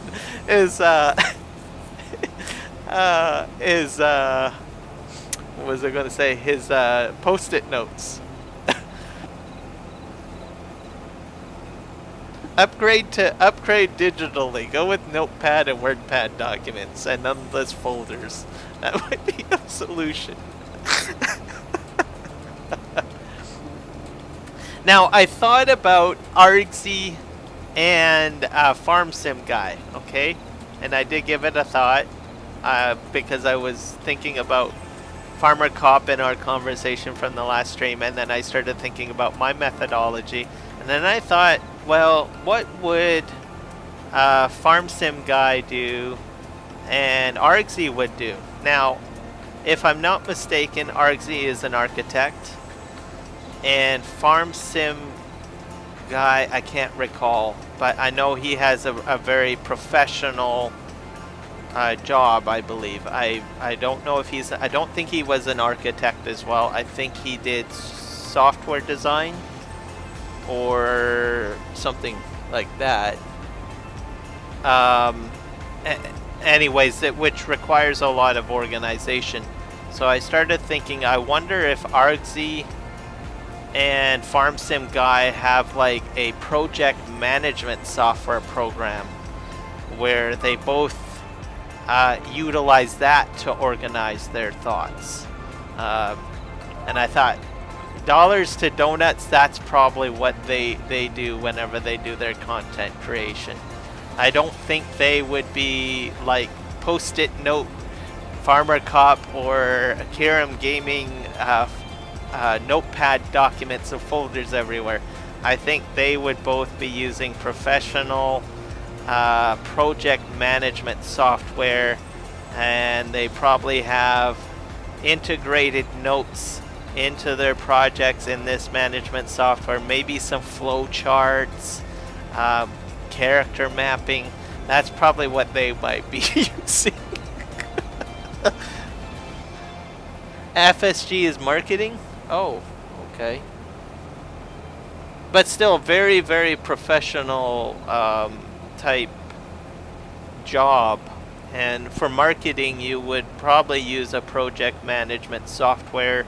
Architects definitely would use some sort of project management software. So I think both of them, for their content creation, probably have project management software to find out what they do for their content creation. That's my guess. I could be wrong. I would be honestly shocked if they actually did post-it notes. Well, they definitely probably don't do post-it notes because, well, Argsy, I don't know. We have never seen his desk layout. But Farm Sim Guy, we have seen a few videos where he has shared his desk layout. And I don't think I've seen a single post-it note in that presentation, unless beforehand he just says, oh crap, I got all these post-it notes, I need to clear this out before I present my workspace to the public or something like that.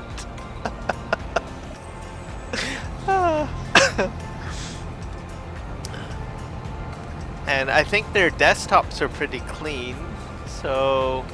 Because I think Argsy has done a few tutorial videos showing his desktop. Farm Sim Guy has done the same thing, and I don't recall any messy desktops. So that's my theory. I think they're both using professional or some sort of maybe freebie project management software to do their to plan out their live streams and organize their files.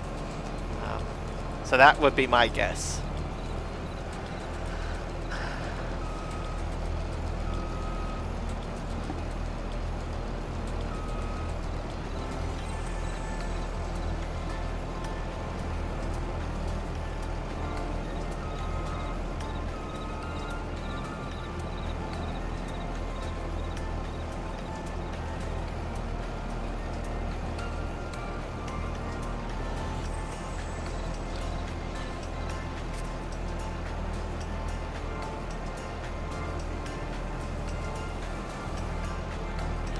Okay, I think this is full. Give him a bit of room to drive away.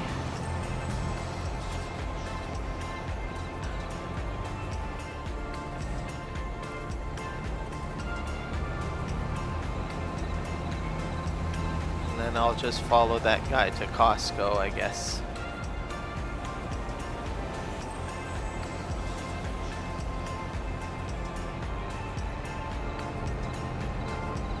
So dark.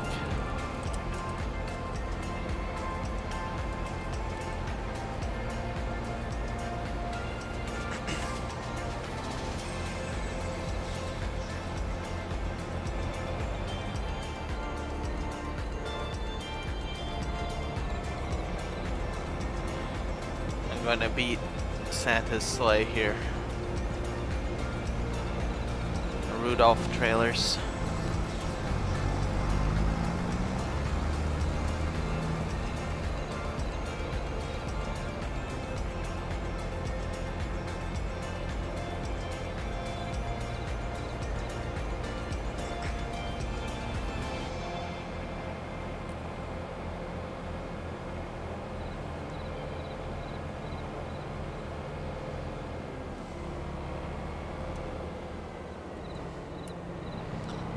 This is the Costco parking lot.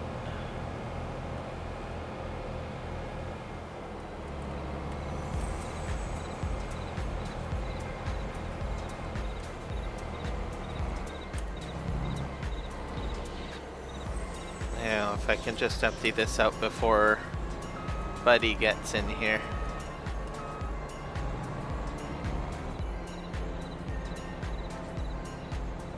It's getting close.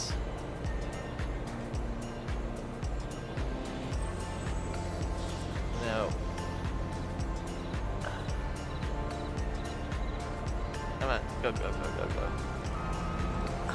Maybe he'll see me. No! Danger, Wilco. Danger. No, danger, Will Robinson. Danger. Oh, so you're gonna do a little loop-de-loop, so that's good.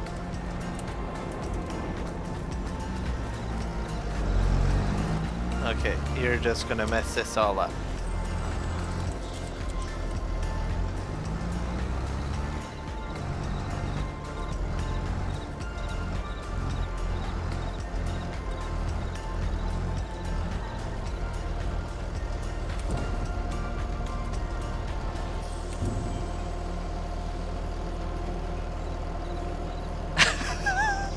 Hey, welcome to the stream. Hope you're having a good holiday, the Farm Sim Guy. Welcome. We were just talking about you. Well, we were talking about content creation methodologies. Like how you plan out what you're going to do in the stream.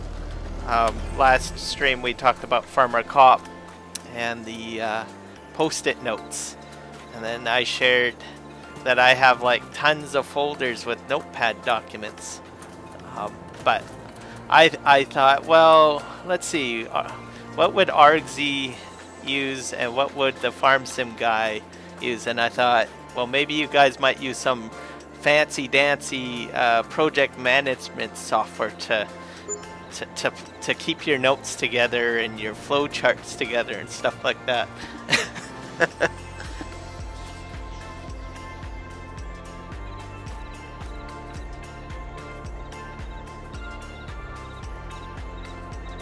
Well, I'm shocked. Well, I could see you doing that, yes. But I thought, well, I'll take a chance and try maybe guessing maybe project management software or something like that.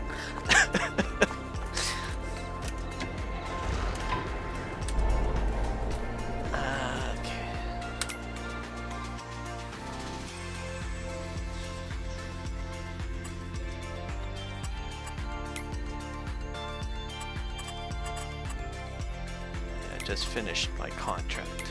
Cancel that out.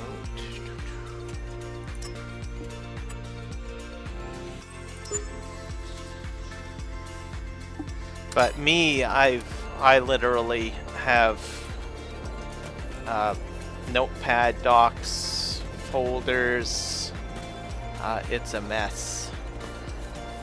I'll have an idea and I'll be like, oh great, I don't have a pen and paper. Okay, well, I'll just right click on my desktop and then create a brand new Word document, or well, actually WordPad or Notepad doc, and just type something in, save it, and then hope I can find it later. But I do eventually find it.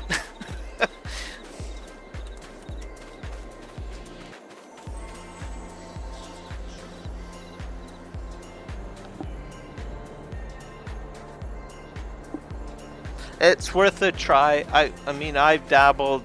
I don't do it anymore, but I used to use some project management software like years ago, and I'm talking like I think 17 years ago.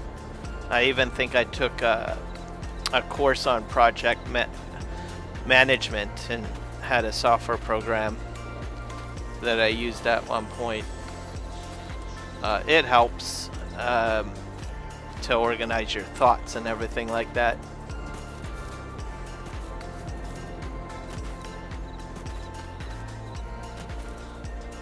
But I'm not as organized anymore, and I just folder, notepad. What was I going to do here? I was going to go and sleep trigger.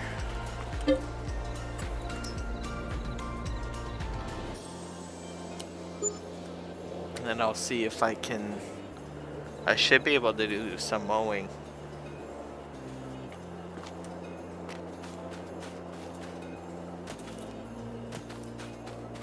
And I think I want to upgrade some of my mowing equipment. Let's see. Okay.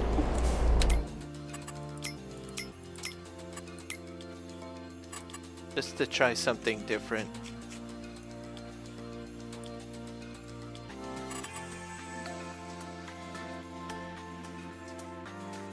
It still hasn't popped yet. Maybe I have to sleep again? Let's try again.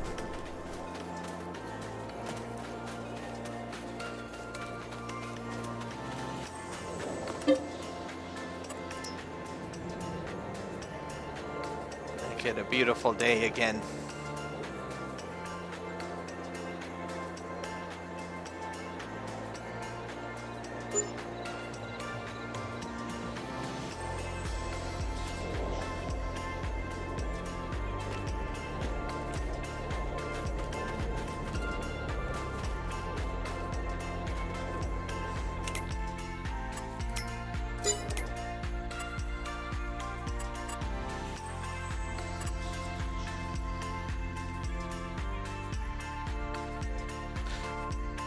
Oh, grass might not grow at this time.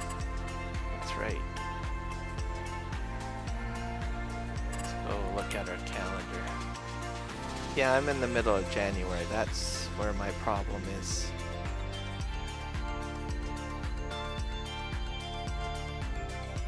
So Let me think here, what do I want to do? I think I might sell some of my silage bales. So I'll do that.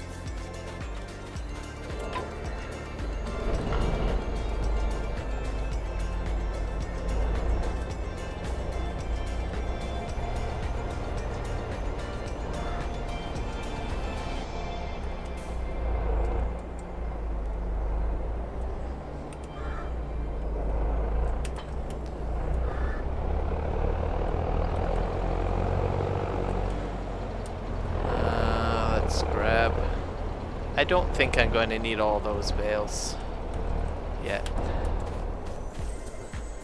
And they're already silage, so let's just grab them up and we'll sell them.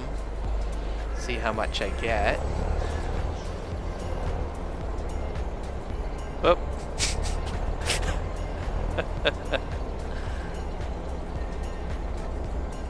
In a bit of a mess here.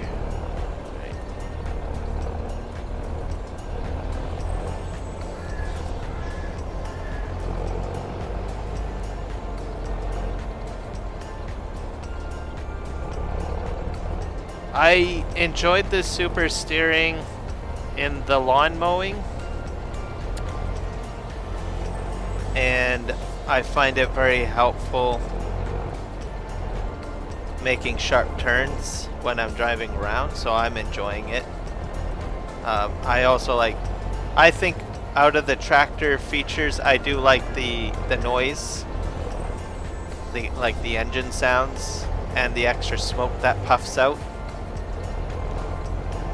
So it's a very useful tractor. I'm going to have a fleet of these. This first tractor, I set it up with narrows. My next one will probably not have narrows on it. I went with narrows because I might end up doing some spraying at some point, and I wanted to have at least a tractor available to do that once I get fields that require some spraying. Yeah, I'll probably put some very beefy tires on my next tractor that I buy.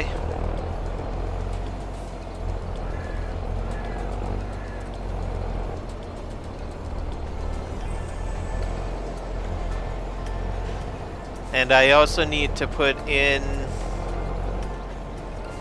the other tractor model that you featured. See if it's in the shop here. That's it. Scrolling down. I'll probably remove all these cases because I don't think I will be using them in this gameplay series, since I'll have everything that I need. Yeah, the Ford 9880, I want to get one of those added as well onto my farm that can pull like my heavier equipment like cultivators and seeders and stuff once I get much larger fields. So I'll probably have maybe 2 of those, and I'll probably maybe have 2 or 3 one or two more 70 series tractors.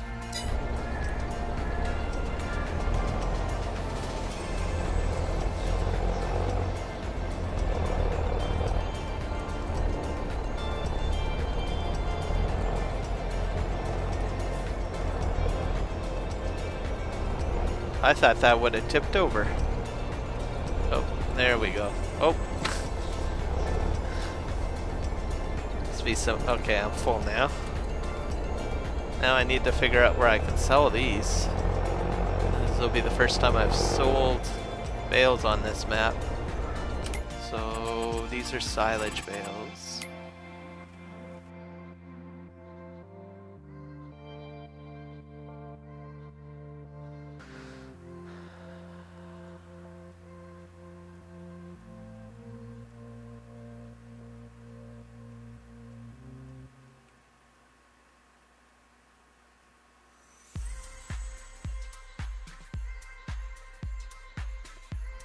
Looking for silage bales.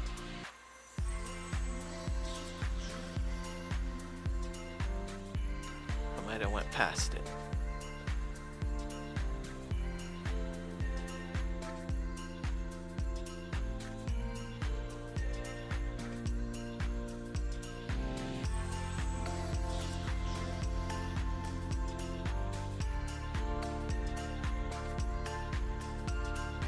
But this is Maize Plus. Maybe it has a different name to it. I should double check that.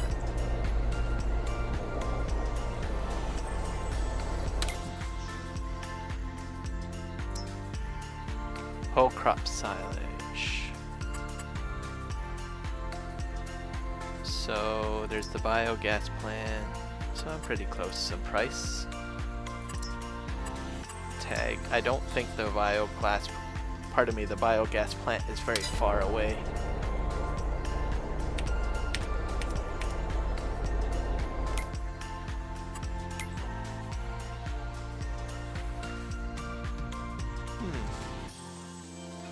Is this it? Animal dealer.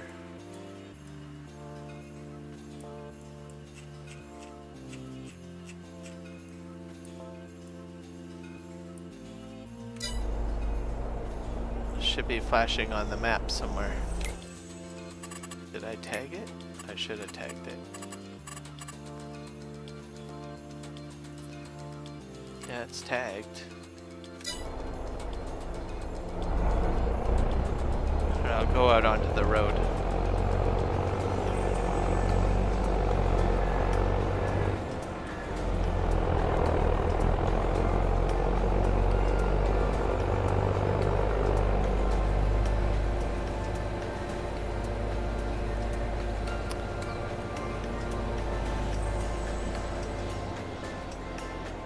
I think I'm lost.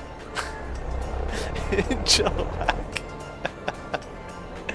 I'm looking for the glowing. Oh, there it is. Whoa. Oh, it's way out there. Alright.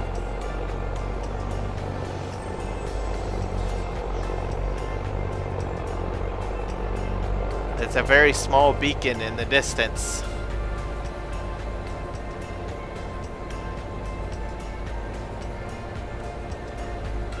But we will make it.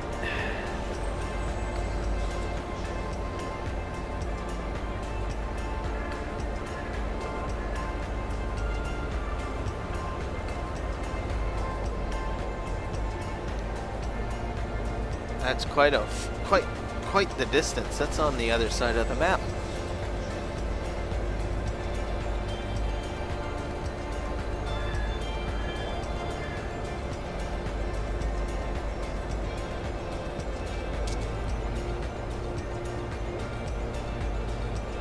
We'll see how much I get for this load of bales, and then I might buy a truck and trailer. See if I can transport my silage bales that way.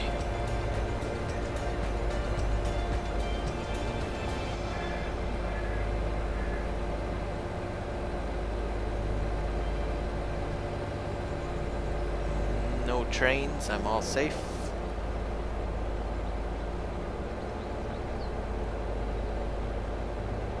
I'll have to figure out why I think it's called the REA mod, because I didn't see any puddling of water on the fields. So I'll have to look into that, because I didn't see any puddling effects.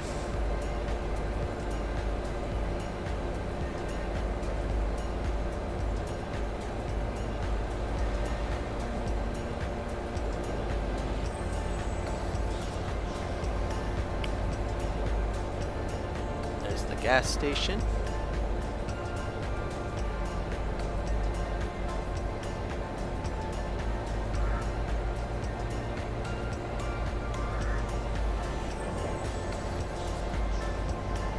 Wood mill and furniture carpentry shop.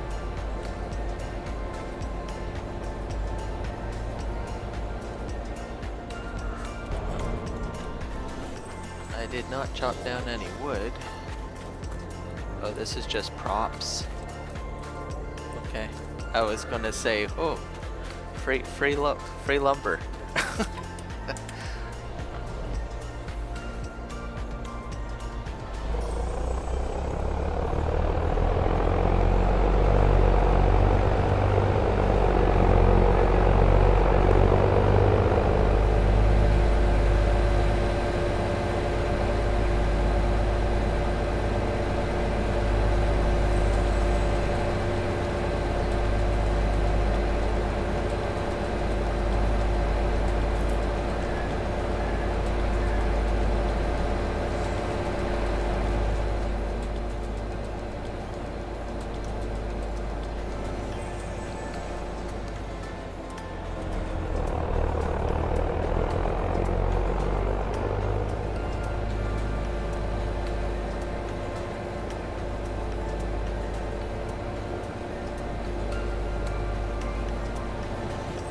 do like the scenery around here. All the little houses and the tree lines.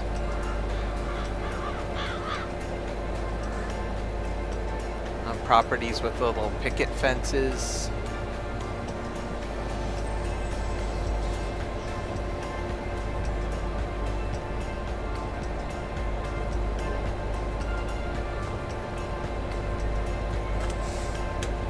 I'll have to cut some of the trees down though, because it looks like the map is at max capacity for trees, as I'm not able to put any more down. Now let's see here. Whoop! I think I missed my road. Yep, I did. Can I go down this road? That looks like a driveway.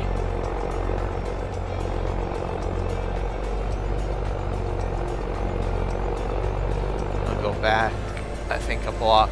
That looks like a main road right there.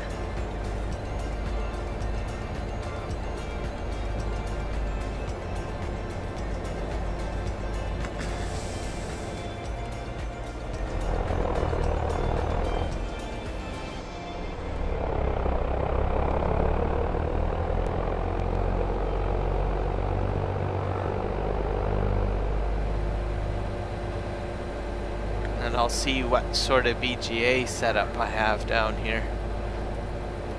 See if I can just reverse this up and unload, or will I have to come back with some forks? Should be interesting.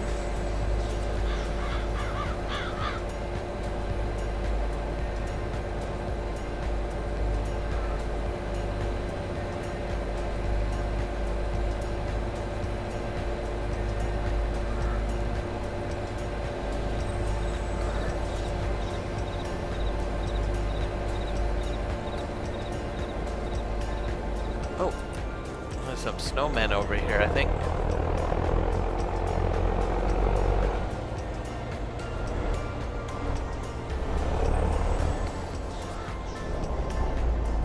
Hello, little guys. Merry Christmas.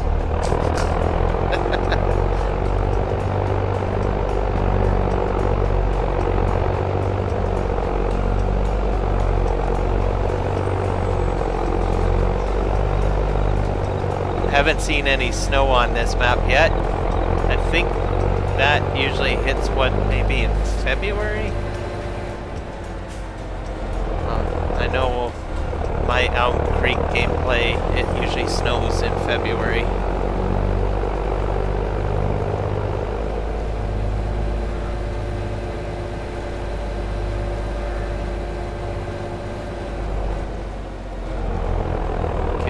Kind of a cozy little BGA. Okay, oh yeah. I can just reverse and unload.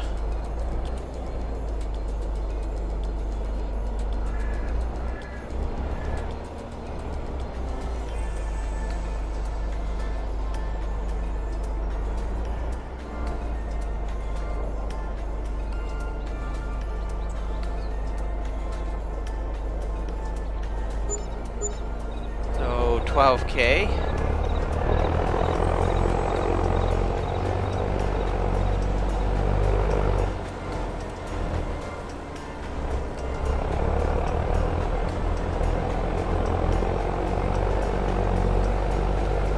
So I'll probably sell maybe one more load. Let's just see how much the mowing equipment will cost.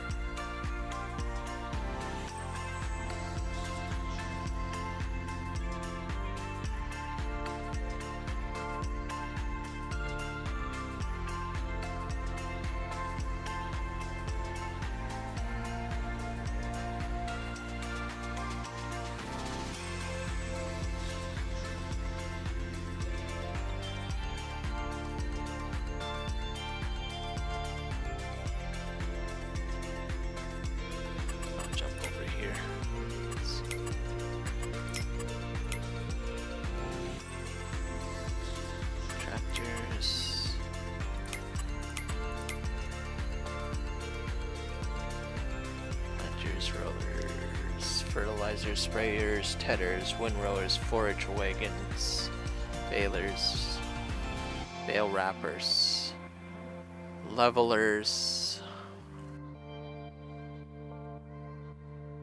There we are.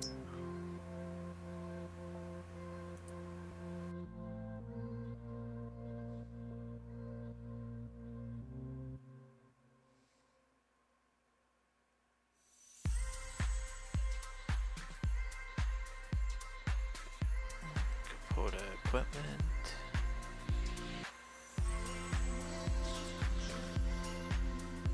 I do think I want to try that Vermeer mower out.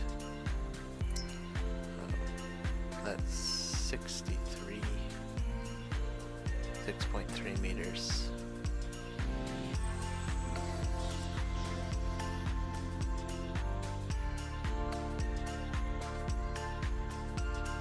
That's 49K. Okay.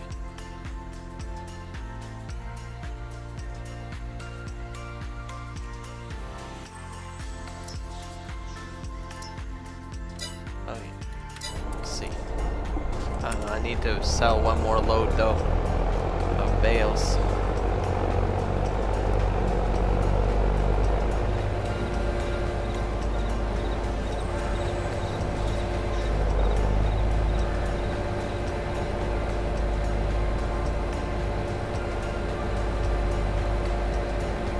I do.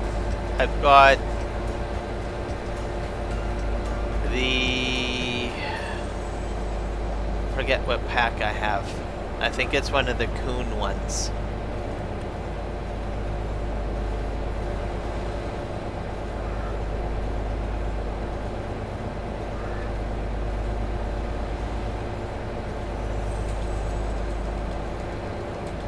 And then I thought that I had installed your mowing pack, but I don't see it in my list.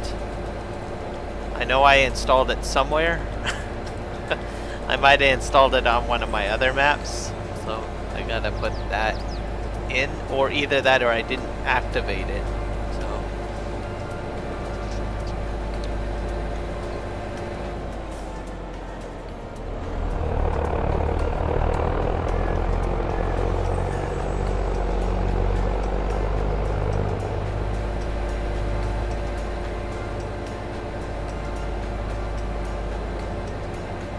I know. I should have put that in a notepad document. I forgot to do that, Mark.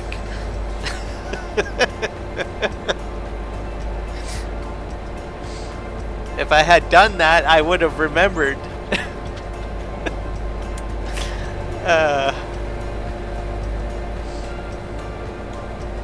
I might not upgrade, I might not make changes to my current mowing kit then. Maybe next stream I might do that. I'll sell these bales.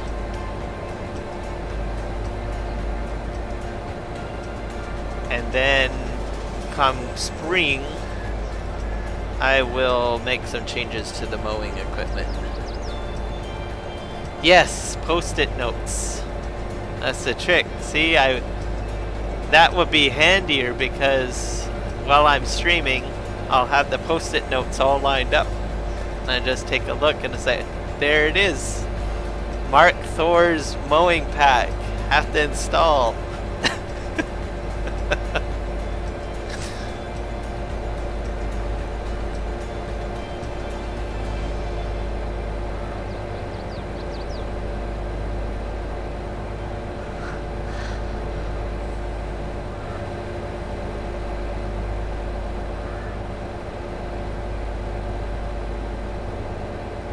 But I did get the bale storage installed though. I do have one of those, so at least I've got that in there. I gotta find space to put it.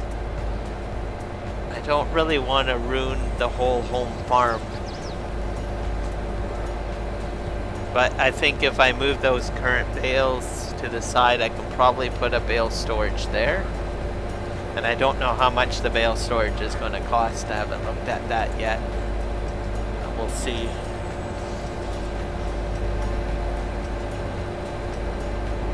It's a revamp mod for the bale storage.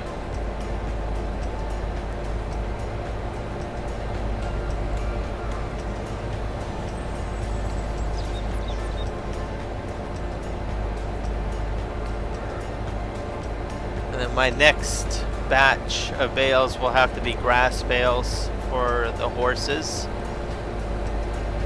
And then all I need is some oats. So next growing season will be oats on that field, one of the fields. Field 214 will be oats. And then I think I'll have all the food for Maize plus horse feeding. Yeah, production revamp. They have some bale storages that are tied to their revamp system.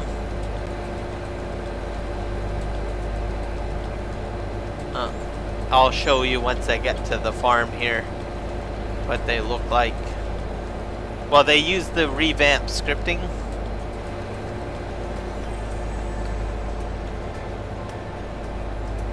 I'm curious if I can actually put one down now. So once I get to the farm here, we'll see, because I do have a bit of space.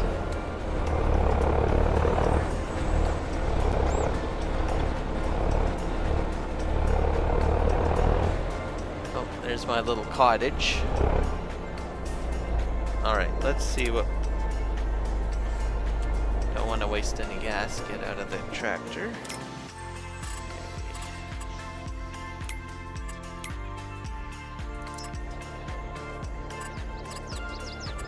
Silos, I think it might be under. Or it might even be silo extensions. Those are the Maize Plus ones.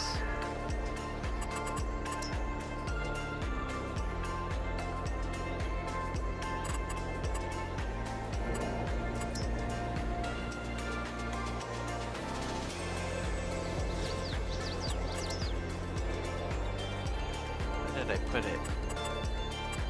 I'm pretty sure I've already got it in here somewhere.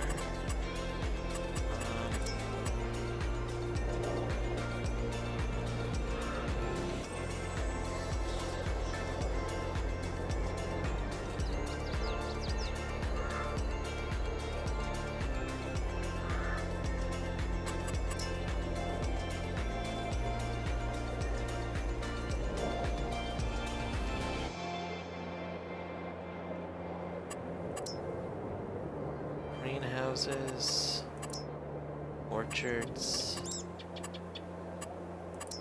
Maybe it's under buildings.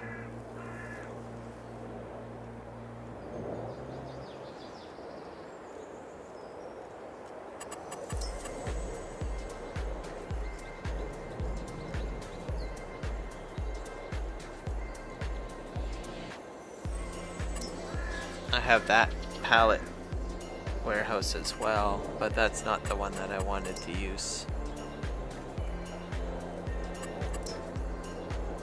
I might have to just save the game and then just double check.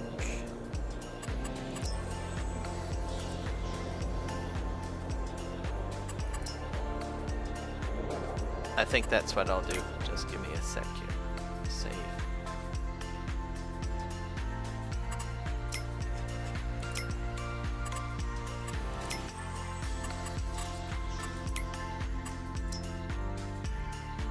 This might actually quit the game out. I don't know if it's going to go back to... So if it blacks out, yep. Have to relaunch the game here.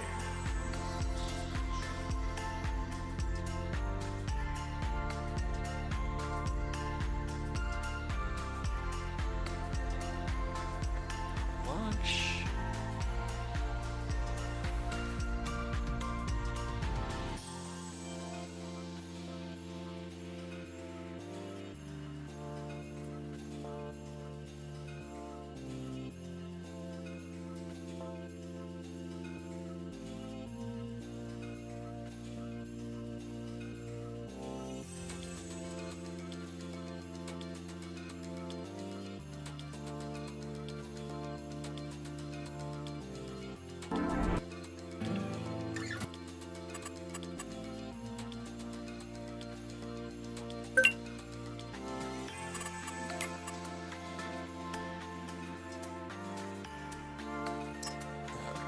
this might be why.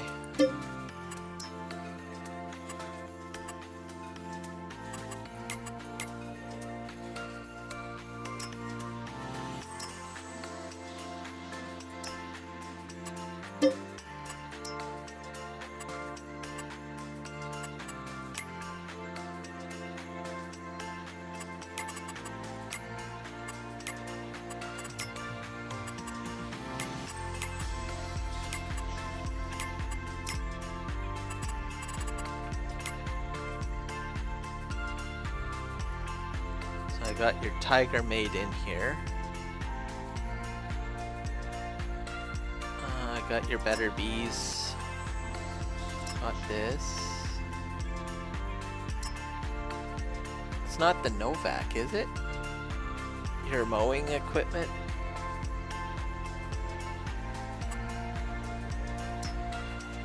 Yeah, that's it. Okay. So I do have it in there. And then I've got your multi-fruit in there. This is your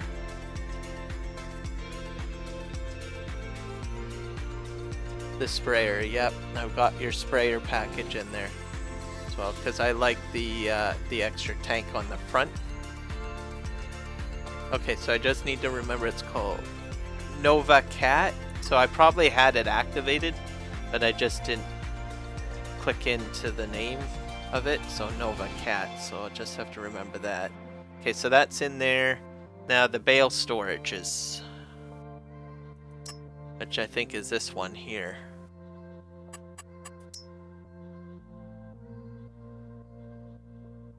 Yeah, this is the one that I'm going to be using, and it's by Agassiz Mobile /San, which I think this requires the revamp mod.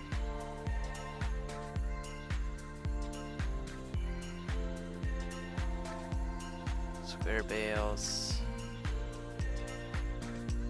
because I'm pretty sure it has to use it, the revamp system. Okay, so that's in there, but I probably have to update these. Just get these all done.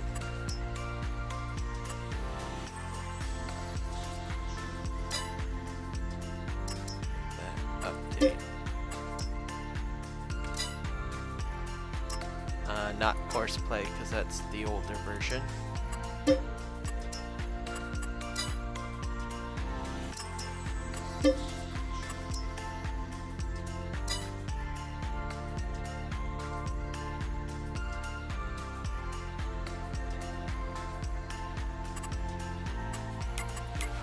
Okay, I should be good to go now. Let's go ahead and load.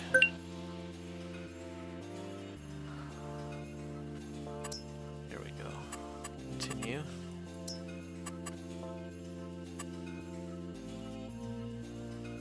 Aha. That's where the problem lied, or lies. It wasn't checked when I loaded in.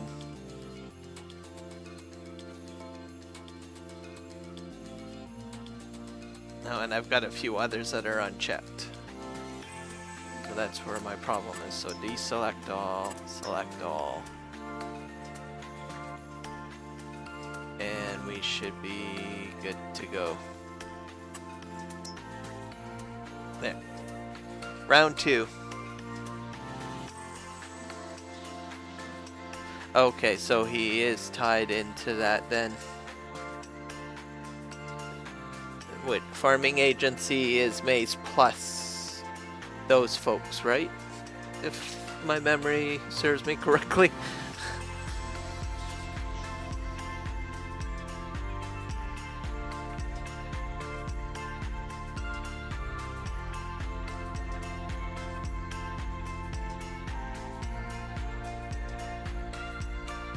But I'm pretty sure that I'm correct on that because one of the screenshots had Maize Plus in the bale storage screenshots, so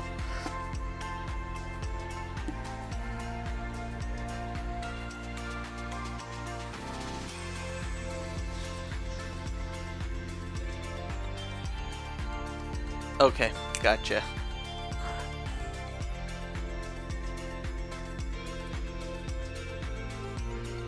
We're gonna use one at his bale storage. And try so it's activated.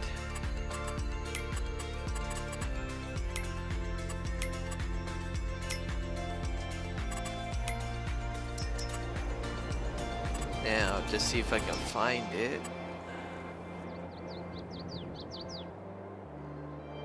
Oh, here we go. So those are round bales, but I'm dealing with square bales.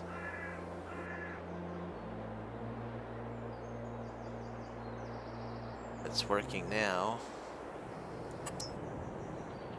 Oh, wow. Look at the size of that on liters. That's just crazy. So grass square bales, hay square bales, straw, silage square bales. So it's good that it's Maize Plus supported then. So I think I want hay. How big are these? See, I could probably, let's see, the triggers are over there.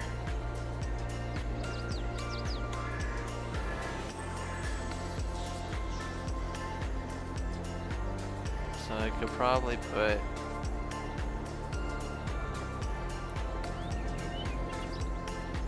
how far back can I put this? Let's do this.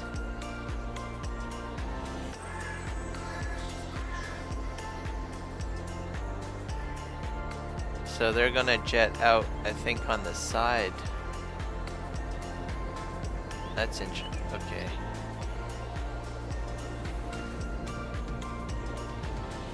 I don't know if I want that there.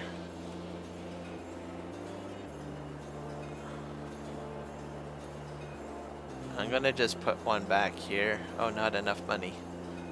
Yeah, I have to sell more stuff. These aren't too large, so I think these will do just fine. So I will probably be doing hay square bales and also silage square bales. And I'm just shocked at the capacity. That's just crazy. Oh, and I'll probably need a grass one. That's cool. Alright, well, let's go back to selling some stuff.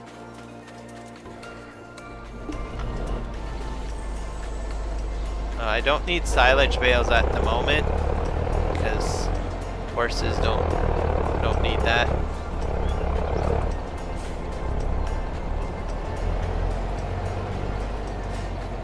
Yes, I agree, it would be very handy if you could mix them and just share the capacity.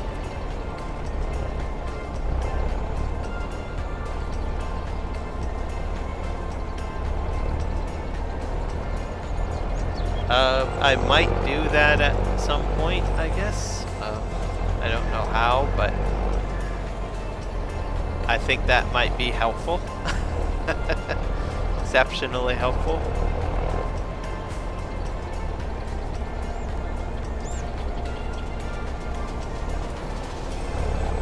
But it might not be necessary though, because I think right now, I think bale storage makes sense. But I think I will eventually move into the bunker concept, so whenever I get like more fields. Because I don't really know if it would be practical to do bales through this whole gameplay session when I start moving into like cattle. But right now I've just got just a small farm, so bales are practical.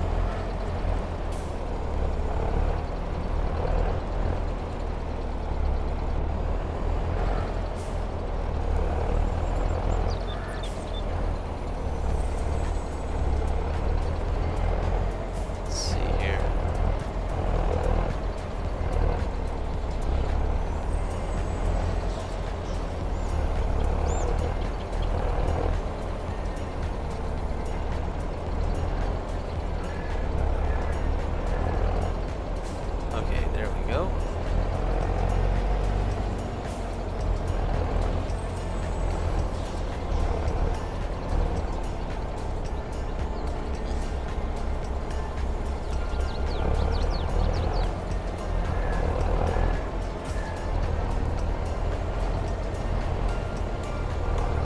what I probably do for hay is a hay loft.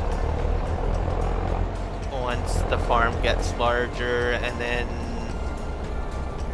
probably I'll need some sort of grass storage as well, because they do take grass, horses. But I think I do have storages for that loose in one of the mods that I have installed.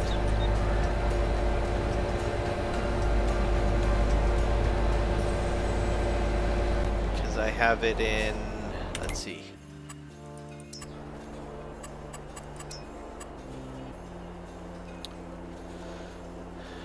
One of these storages. These are earth fruits. Stone pile, potatoes, beet pulp, silage piles. So loose silage could be stored in that.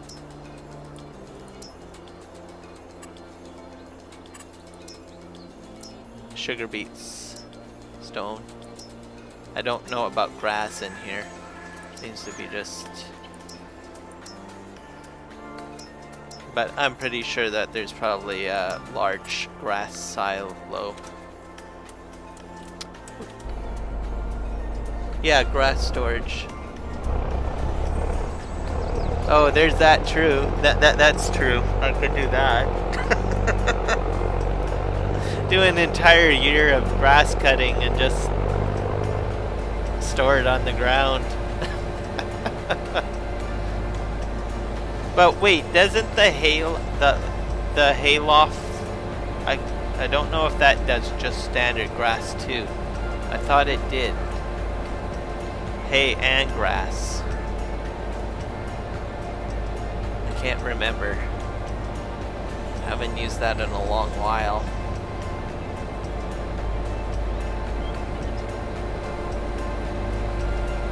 I'll have to think on that one or look that up.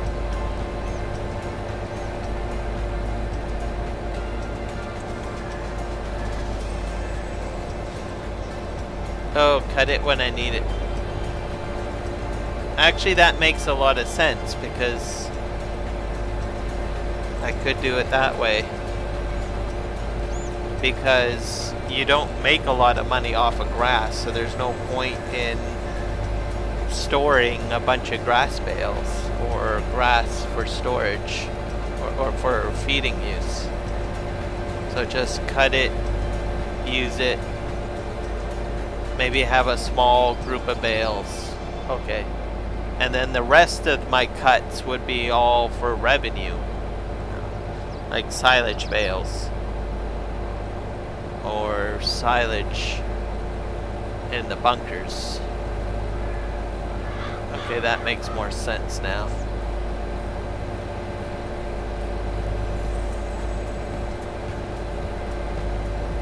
Just sort of like what I've already been doing, because my first cuts on this map were silage, because I wanted to make money, and then I started making, I did hay.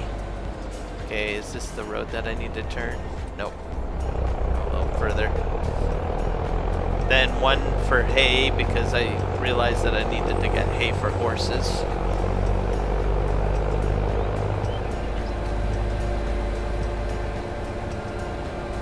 Yeah.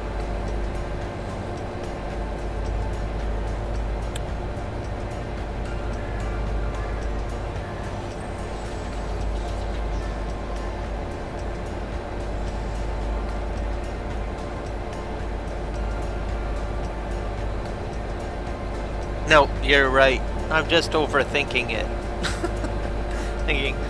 And if I went with how I'm thinking, I'd end up with a big mess, literally. So no, you're correct. Just cut what I need and have like a small amount of bales. No, that makes sense.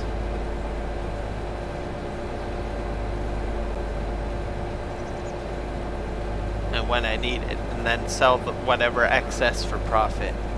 Whoop. Ah! Crash counter.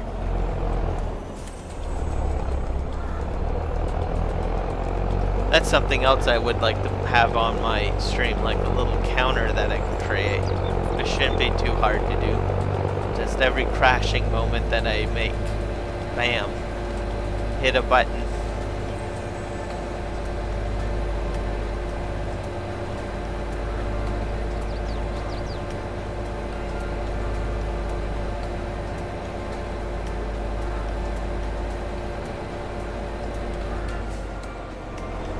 This is my road, I don't want to miss it.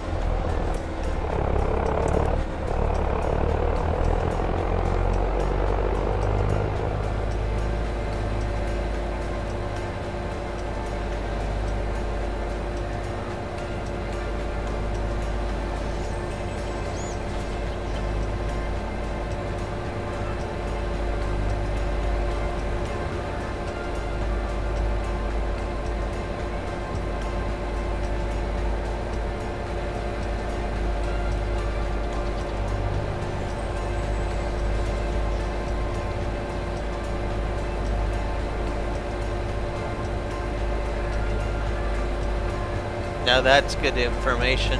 I did not realize that silage wasn't worth a lot in real life. So it's just a farm sim mechanic that they put in so people can profit, I guess, in the game.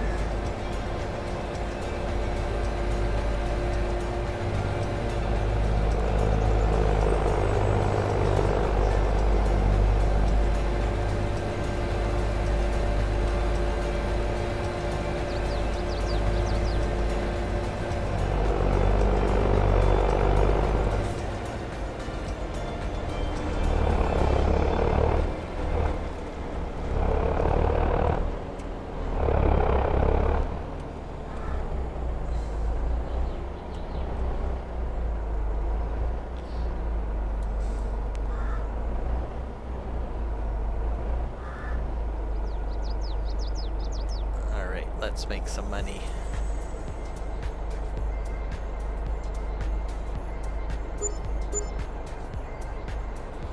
Alright, I'm up to 60K.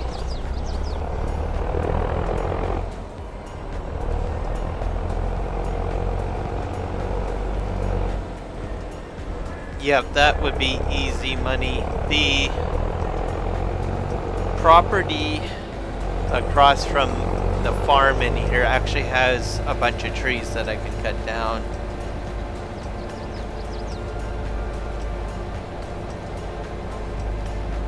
So I am thinking about doing that as well.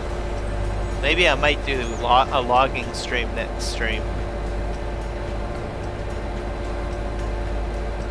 And then if I can buy the property across the street.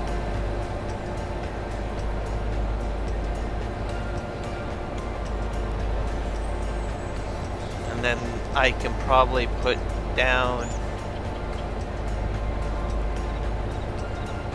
more sheds for storing stuff and put the bale storages there or bunkers there or something along that line. I totally forgot about tree cutting. And I've even on the main farm property, there's a few trees that I can remove too.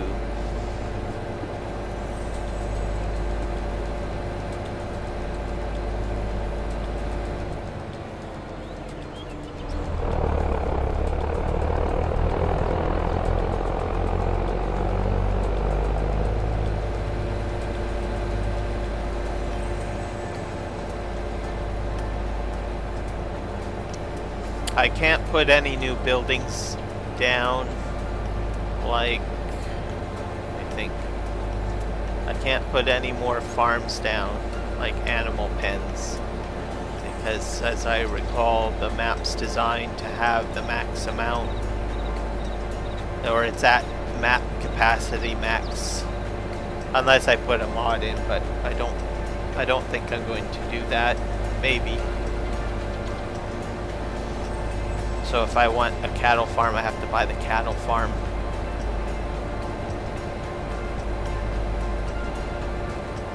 And then the trees definitely I'll have to cut down because I was trying to edit the map a bit and put one of the trees next to the house there, and it didn't allow me to do that because I got an error message saying I'm at max capacity for trees. So I will do some logging then.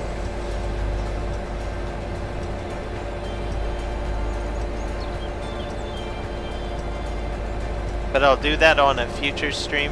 I don't think I want to do any logging on this stream.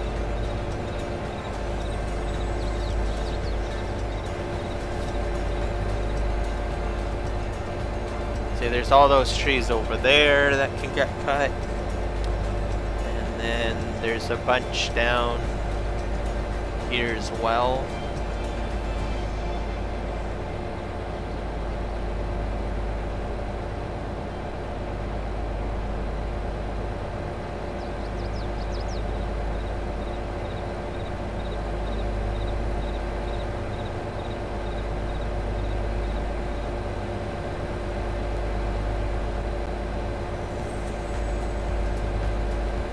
Bit of food for thought. So I'm going to sell all of these silage bales that I've got.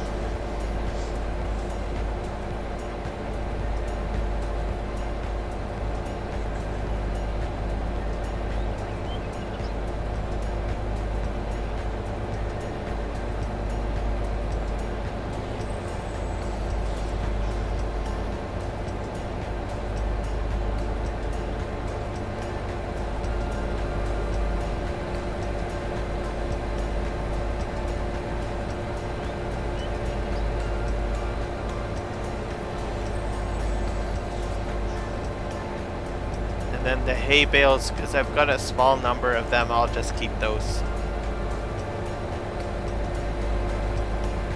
And that'll go for food for the horses once I get that started. But I need at least another cut of grass and some oats. I might just buy oat food.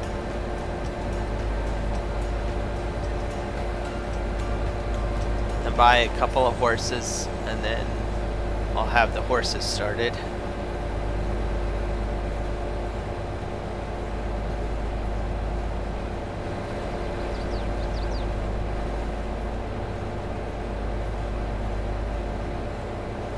But as for trees, I've got all those trees on the left and the right that I can probably cut down,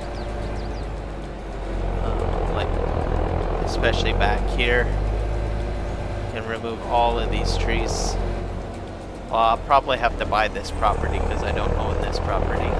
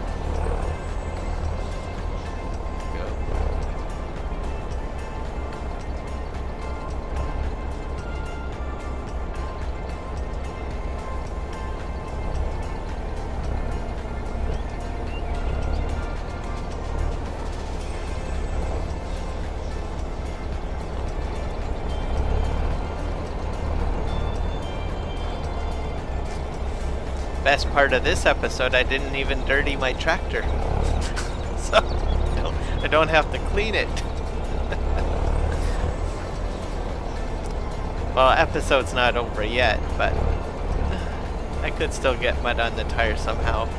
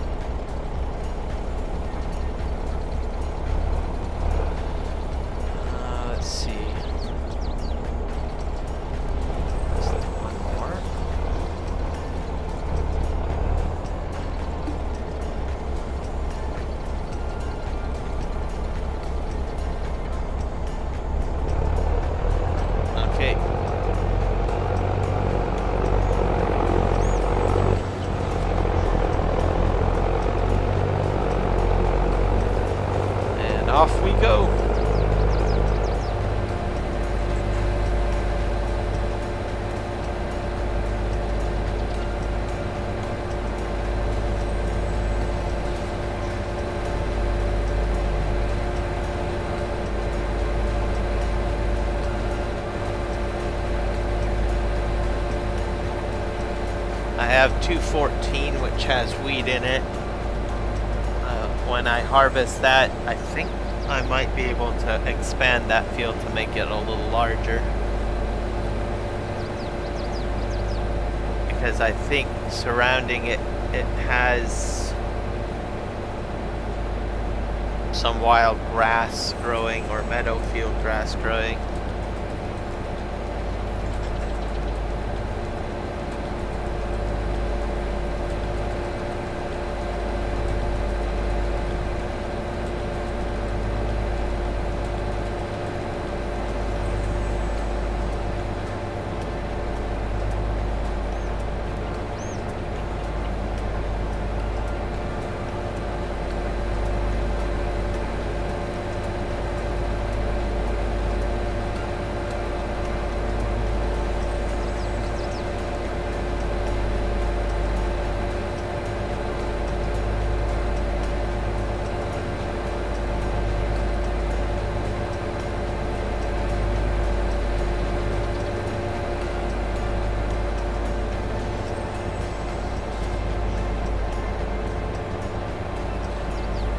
No, I haven't had a chance to try those mowers yet.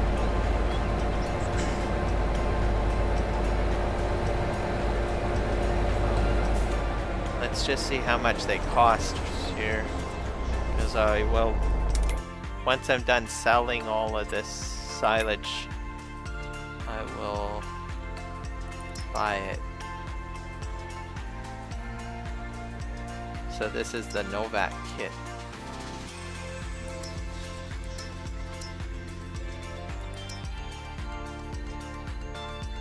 I think that's yours, right? That's the one?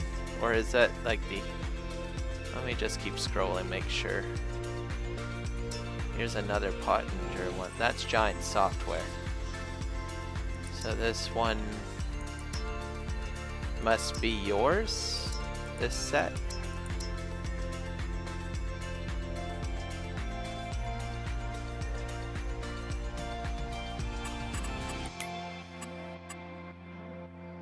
At the end. Oh. Hold on a sec.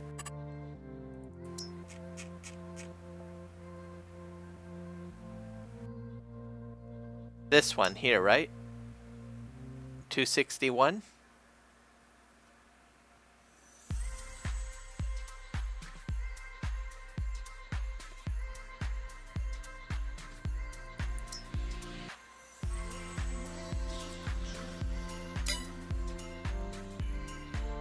But this one says Giant Software on it, though. Let's see.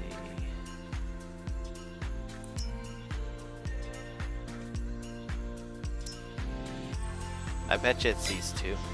Well, like, there is a mods list.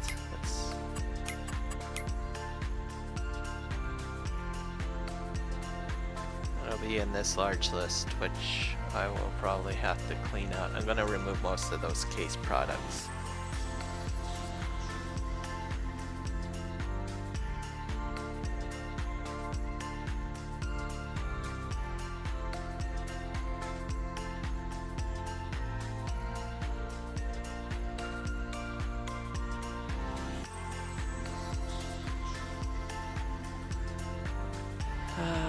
Why isn't it in this list, or did I scroll too far?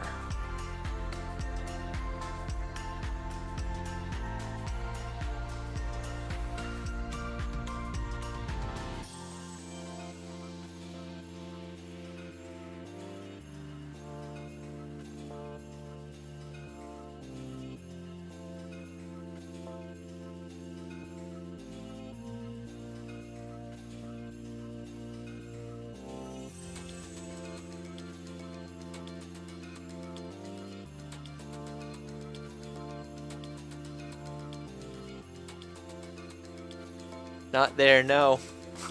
I don't get it. I just don't get it.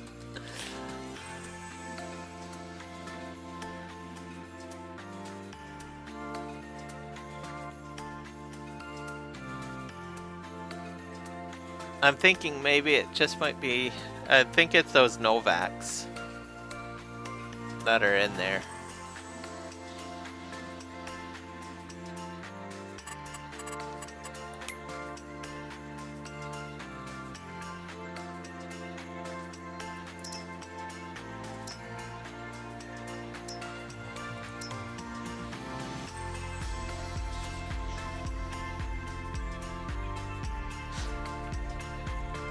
That's a possibility.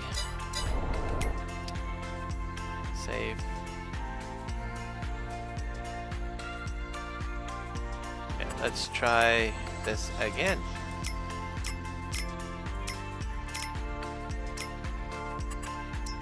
My mouse has been a little bit sensitive. Like it'll, when I hit a button, it will trigger it 2 times. Oh, we're saved. Relaunch. Well, we'll know soon enough, because once I go in there, and if it's unchecked, then we know. The bales storage is at least active, so we know that.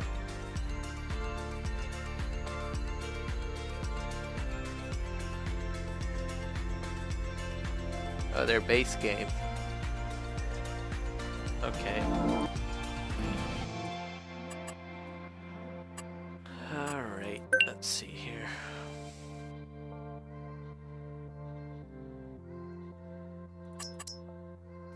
Alright. Gently scroll.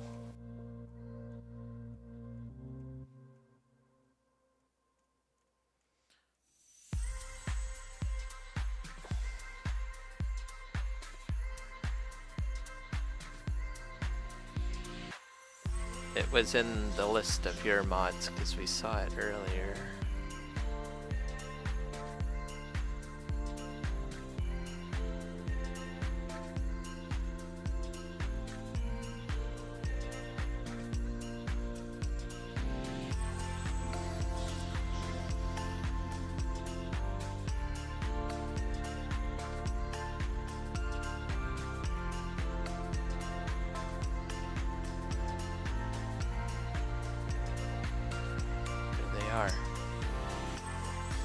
So that one, 261.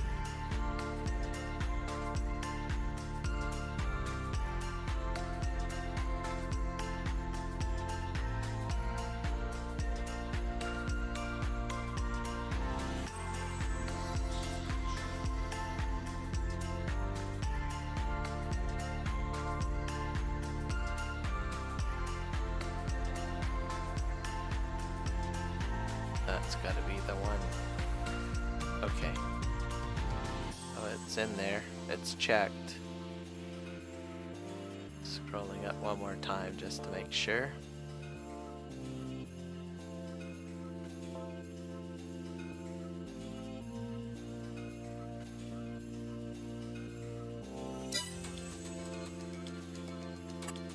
Alright.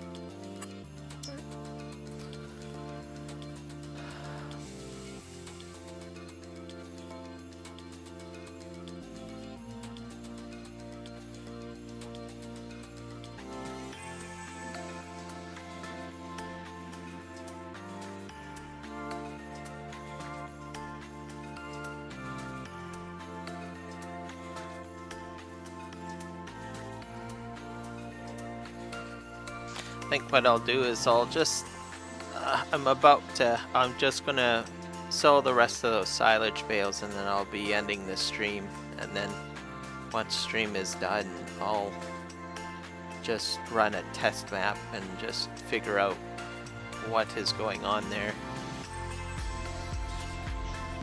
Make sure I have the right mod. I can't cut any grass anyways, so I don't exactly need it quite yet, because I'm in the middle of January.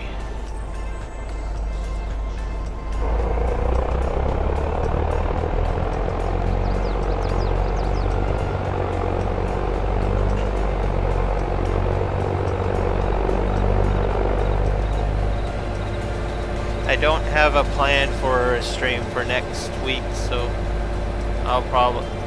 throughout next week it'll probably just be some videos that I create, but I'm not going to be doing a live stream on, I think it's Christmas Day. No, actually Monday is Boxing Day. In Canada we have what's called Boxing Day. So what that is everything goes on discount price.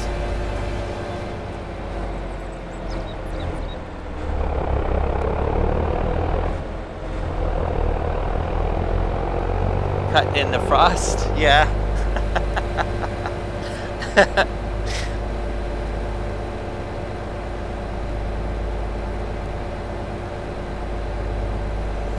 But Boxing Day is the day after Christmas, and all the stores put everything on sale.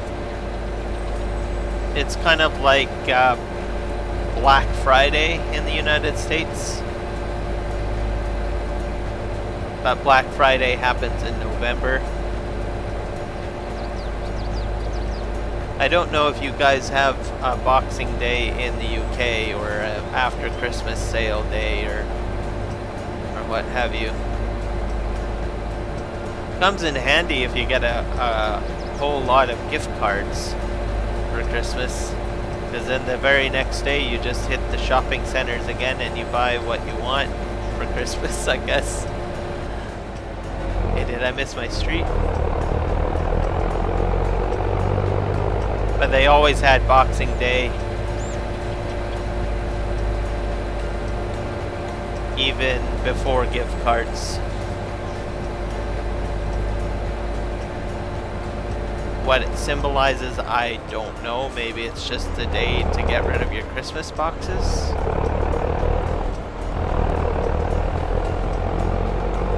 And I don't know how many countries in the world actually celebrate Boxing Day or have a Boxing Day. I don't think in the United States they have Boxing Day, because most Americans that I've spoken to are like, what's that?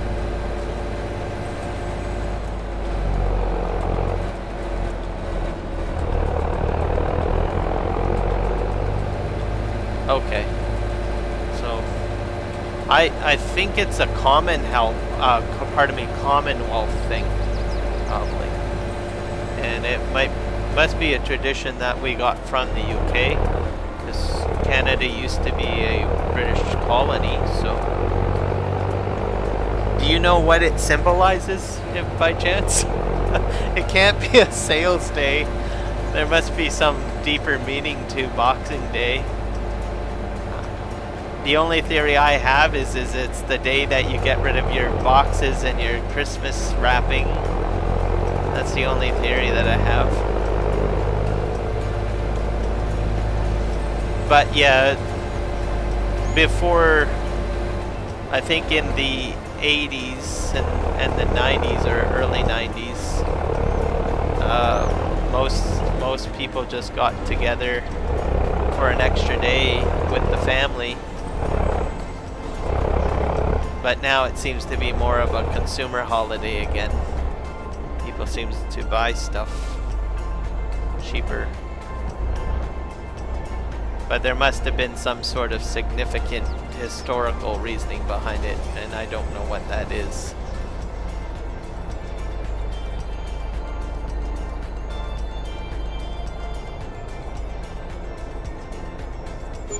But with all Americans that I've spoken to, they never heard of Boxing Day.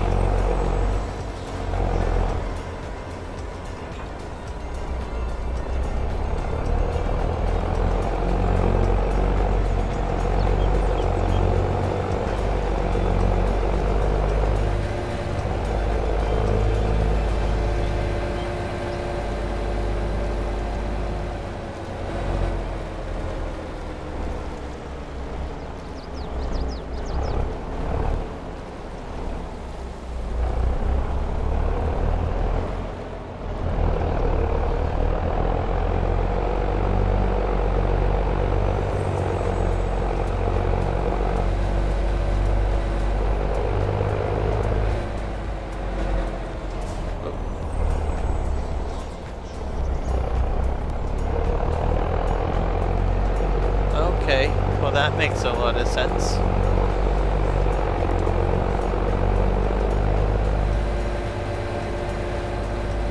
See, I knew that there had to be some sort of symbolism or reasoning behind the day.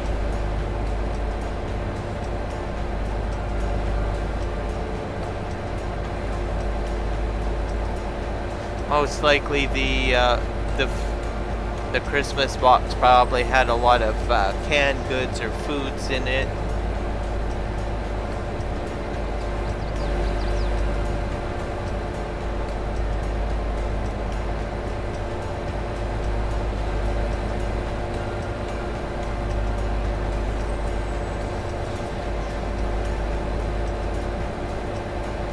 But then over the years, I'm thinking the tradition had changed a bit.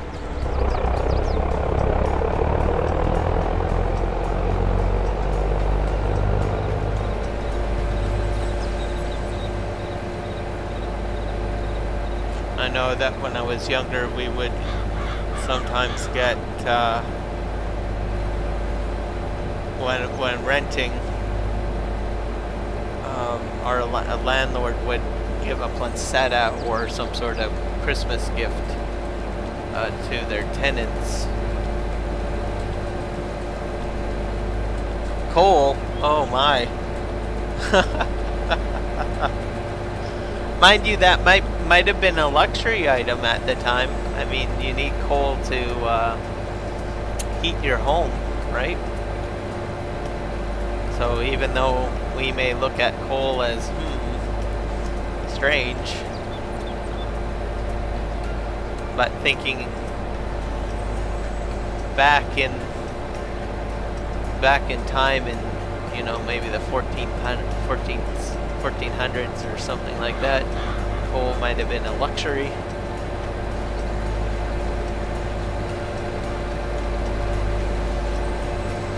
They didn't have electricity or gas heating or anything like that, like what we have now.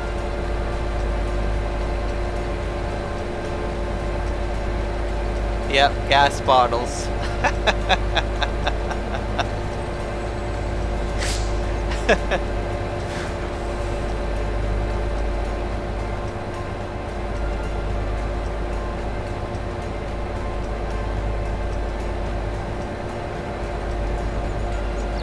Once these bales are sold, I think I'm going to be hitting around 90K, I guess.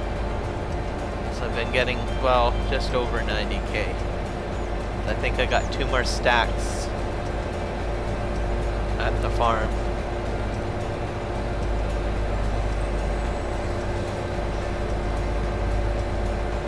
So next stream, I might do a couple more contracts or logging. I might do logging. I could cut a few of the trees off of the property that I have.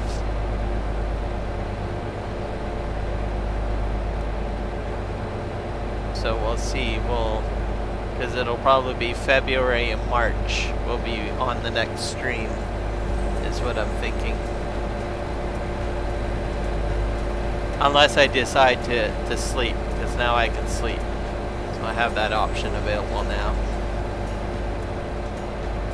So I have a sleep trigger.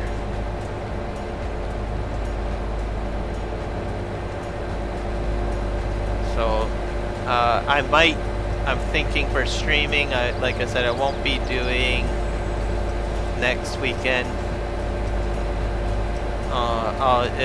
But I will be putting up some videos from a few of my Let's Play series. And then New Year's, I will be doing a stream somewhere around there. Most likely. So New Year's weekend. That weekend I think New Year's Eve is... Let me see here. I need a calendar. Give me a sec. New Year's Eve is Saturday?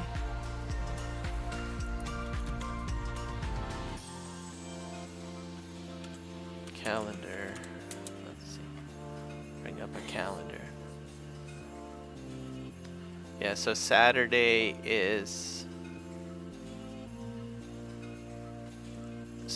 evening is New Year's Eve.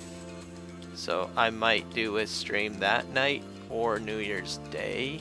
I don't know, we'll see. I work on Saturday, so we'll just see how tired I am after work. But if I'm energized enough, I might do one New Year's Eve and do it through till midnight or maybe 1 a.m. my time, Pacific Standard Time, depending on how tired I am after work. If not, then I will do one on the 1st sometime. And I will also do a bonus stream on the 2nd. So I'll be streaming 2 times for my weekend, so stay tuned. I'll probably do one of my Let's Play series, so No Man's Land, and then the Chilliwack map. So one of the streams will be Chilliwack map, and then the other stream will be a Let's Play series, whether it'll be No Man's Land or PV County or PV Uncharted. Depends on where I feel that I want it, what I'd like to do for the 2nd stream, and how much work that what I want to get accomplished on one of those 2 series.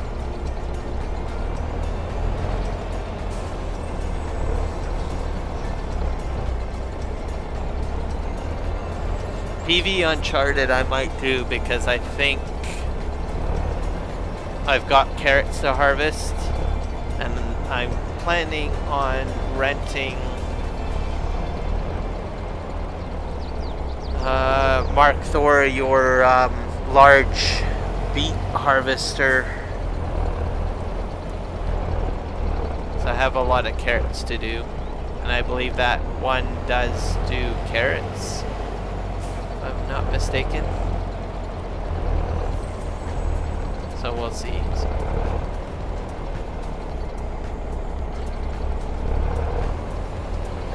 So let me think here. So the New Year's stream, whether it's New Year's Eve or New Year's Day, will be one of my other maps, and then the Monday will be the Chilliwack map, which is the same streaming time that I've been doing for Chilliwack. So that's sort of what my plan is.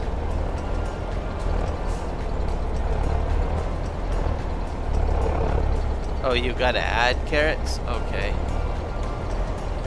Then I'm gonna have to figure out what I'm gonna do to harvest those carrots.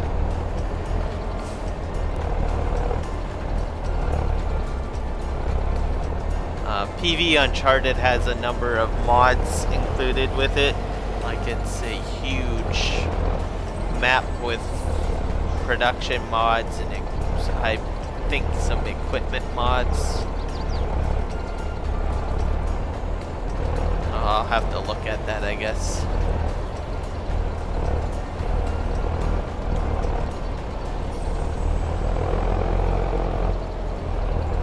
But I'm going to need a harvester to do those carrots.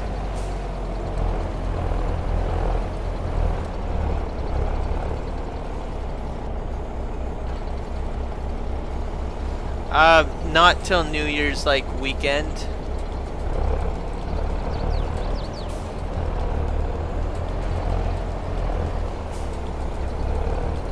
So if you can somehow, if you don't mind,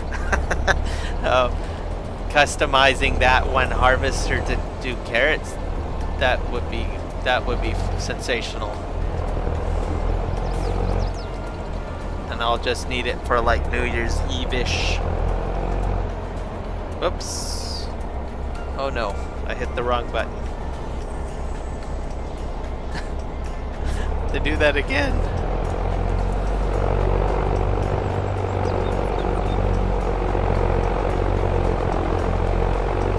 Because I've got a field of carrots on that map that will be ripe.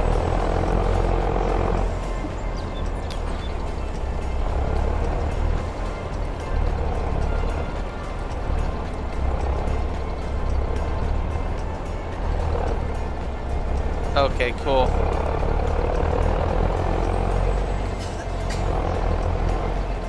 Because I know that harvester you have has like the expanded header on it, so it would help, and the field is fairly large with carrots in it.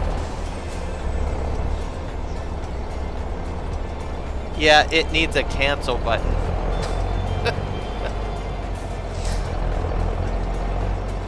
It's my own fault. Sometimes I get to talking and then I totally try to autopilot my farming tasks, and then it just doesn't go well.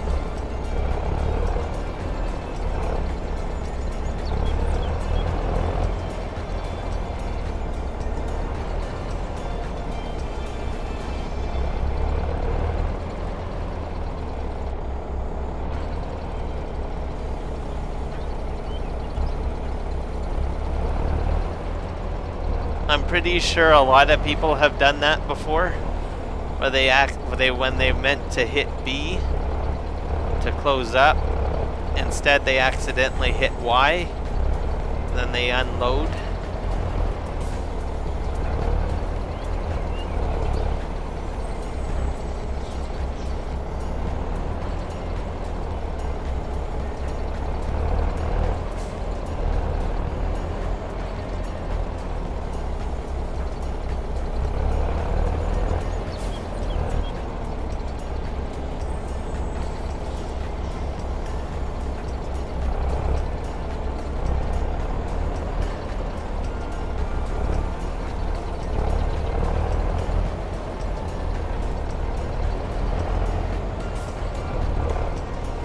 Okay, then I don't feel so bad now.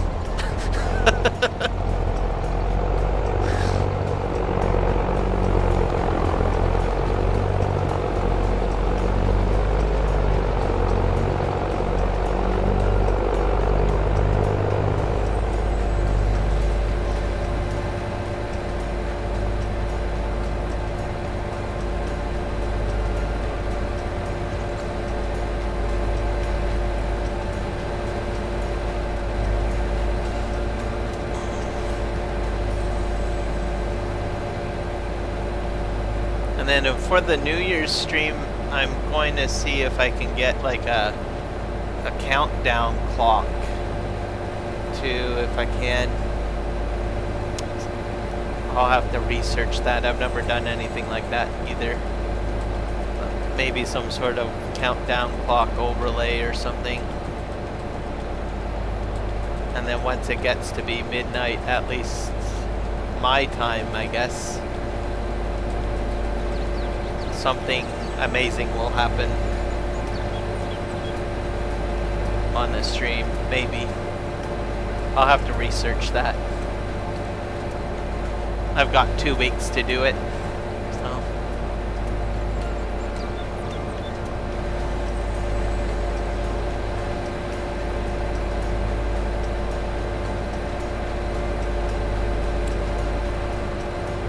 Yeah, definitely funny to watch when people do that. Complete face palm. I was like, oh my god, I can't believe I hit that button.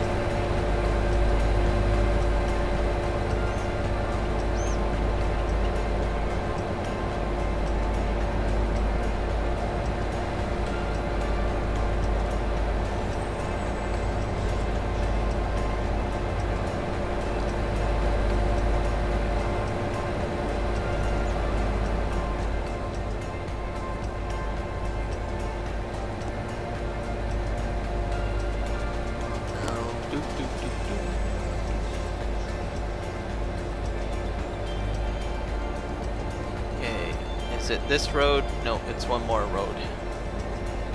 This one.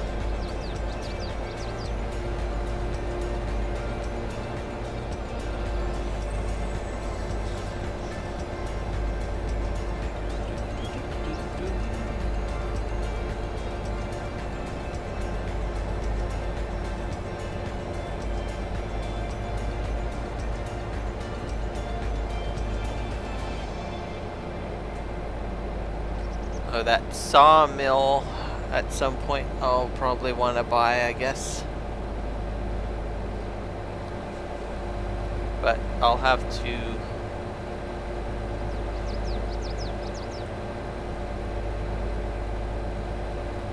and I can cut some trees. But I think the sell point will work with it not purchased. I think it acts as a sell point.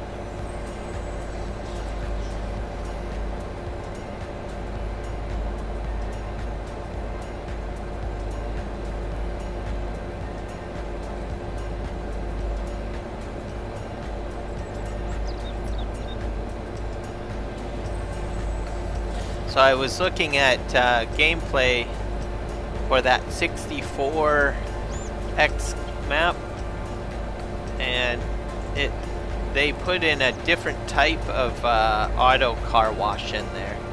I saw a video for it, and I think that's a separate mod that they put into the map. So I'm going to try to download that map or look at the mod folder and see if I can somehow locate the one car wash.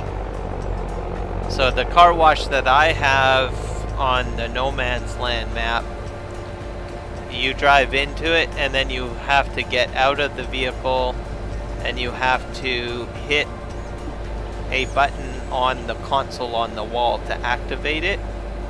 So that's how my No Man's Land car wash works.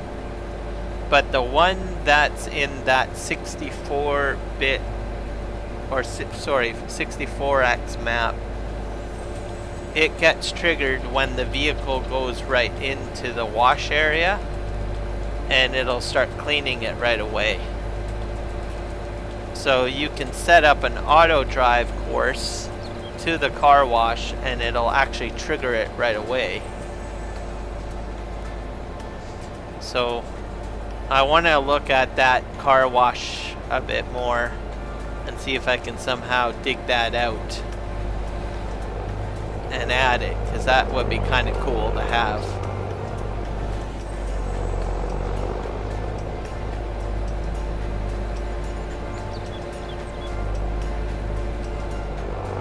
Because what you could do is set up a park area, have it drive through that car wash on parking, auto drive park. I haven't used that concept of auto drive too much, but I'd like to try it.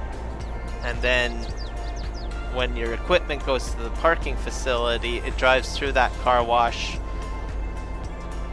gets cleaned, and parks. Is how I'm hoping it'll all work.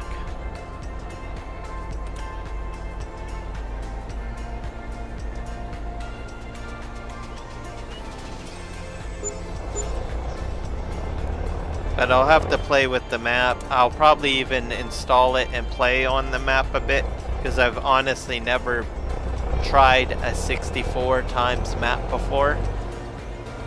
My concern was that it might be too much for my PC. I don't know. So I'm curious to try it out and just see what it's like to play on a 64 times map. I don't think I would live stream that, because I think it'll be just too much map to do it. But for personal play, maybe. There's watching the map preview video, there is some options on there to remove certain features off the map, just in case you do have a frame drop. Like, I think you have a tree that you can cut down that will eliminate all the trees. Then there's, at the dealership, a console that you can trigger to remove all the cars that are sitting in parking lots. Yeah, I could end up with a dead PC too. I don't really want that. So we'll see.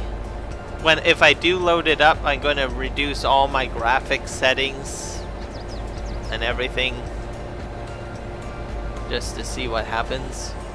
but there's no way I will stream that. I'm not going to risk that.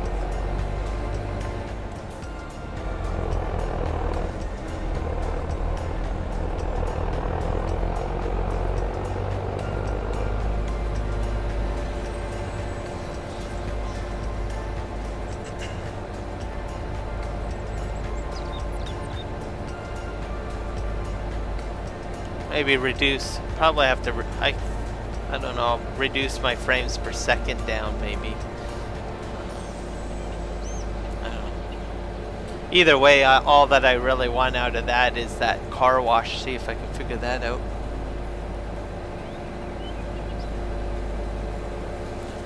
Yeah, like the trees, the cars, and also the lights. I guess he put like some custom lights at the farm that use up a lot of frames. You can shut that off. And there was a few other things too, I think.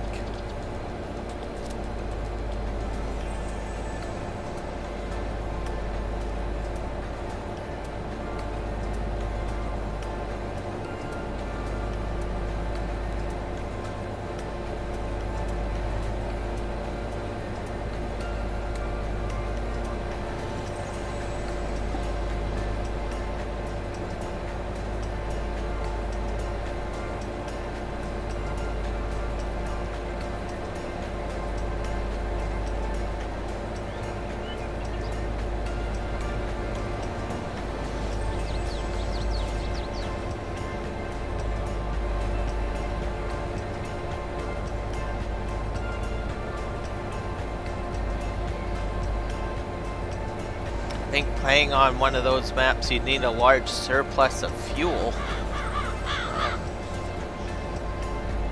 Because you'd end up having your vehicles drive long distances, I imagine. Whoop, off the road there.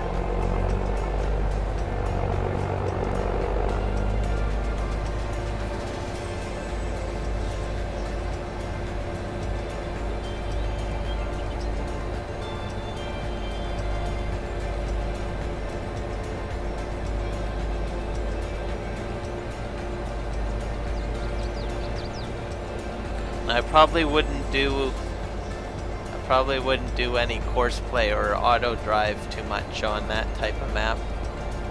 I'm just picturing having to try to calculate a map like a course play course. That would be like, ugh, just awful waiting for that to calculate.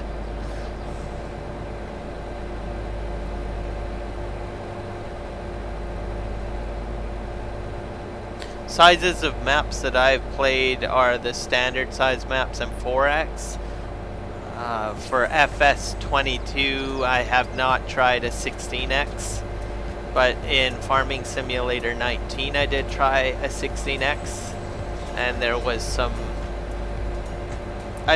Well, it played, but it felt like it was very gruesome for my PC at the time.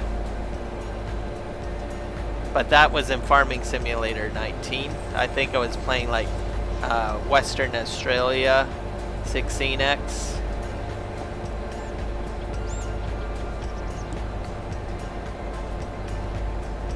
I should try a 16X, I think.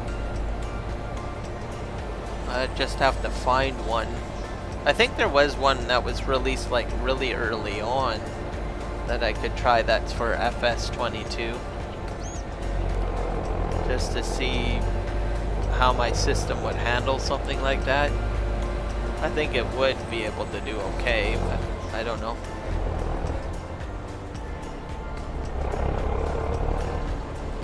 Can't really compare 19 to 22 because 22 is, I think in my opinion, more optimized better than 19. And I think some of those optimizations are better equipped to handle larger map sizes.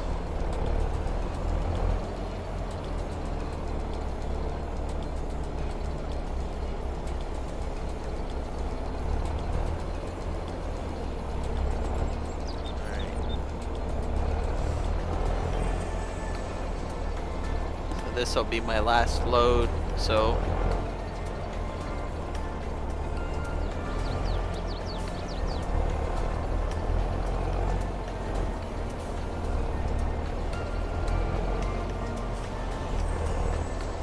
I might have to move that spreader out of the way. Let's see. Circle around.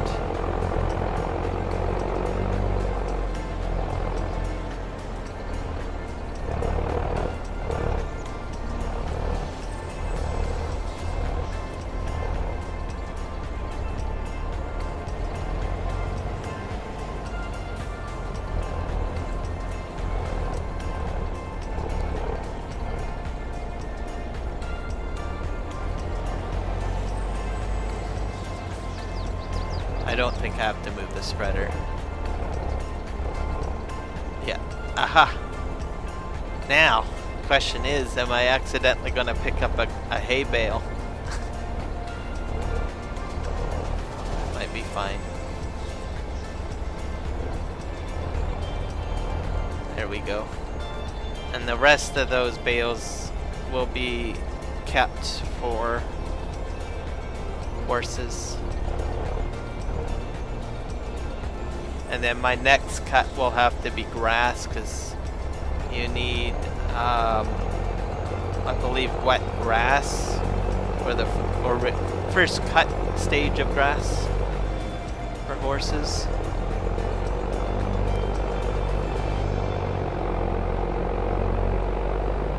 So my guess, depending on my advancement of time in the next 2 streams, I may have horses.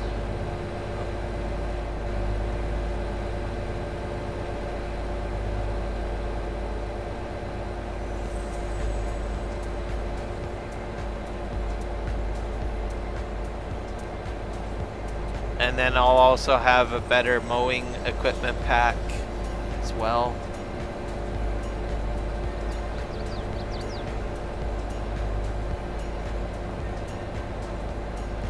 Get that Novak Pottinger mowing equipment.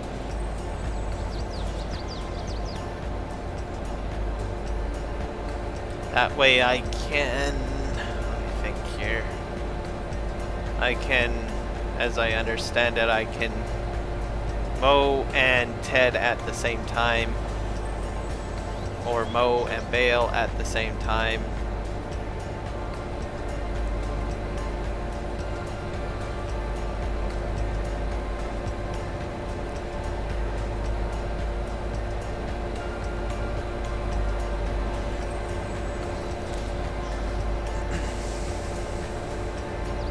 And then my existing mowing equipment I can sell too.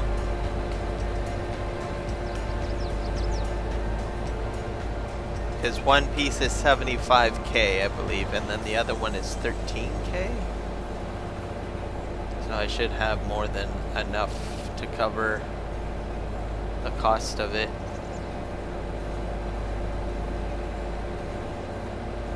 But I'll make that purchase once I'm ready to cut my next field, or I mean once my field is ready.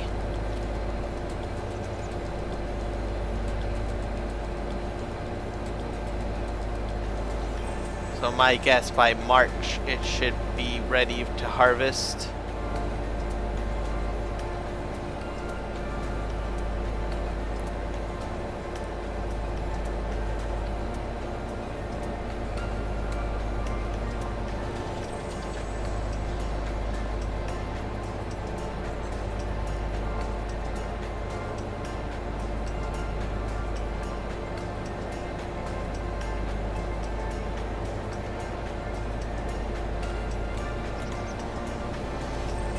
I think it's the next road.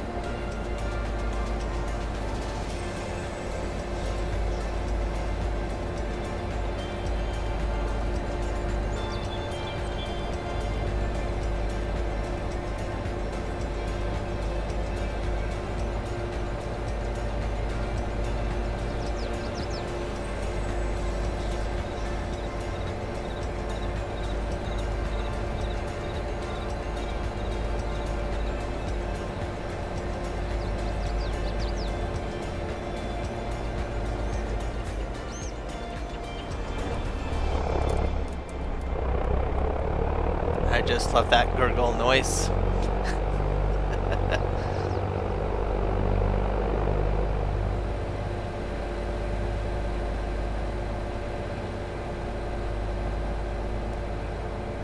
This is a nice field on the right.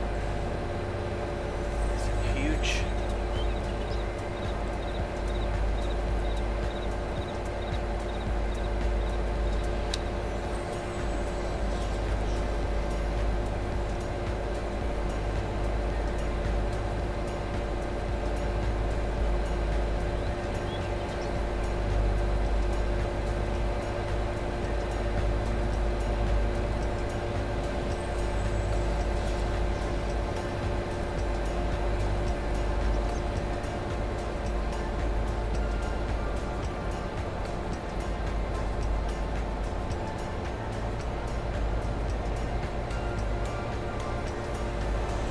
Let's just turn in here.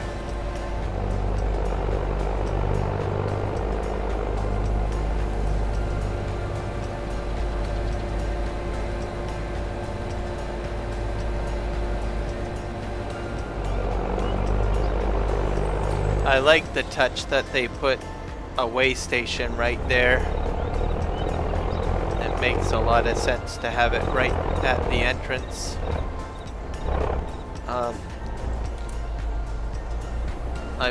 I have a Elm Creek gameplay, and they, for some reason, put the weigh station like somewhere tucked away in the back, which never really made much sense to me.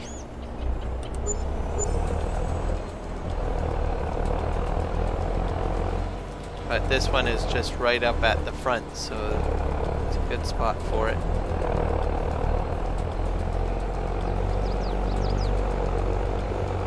Okay, we're gonna roll on back to the farm, and then I will end the stream.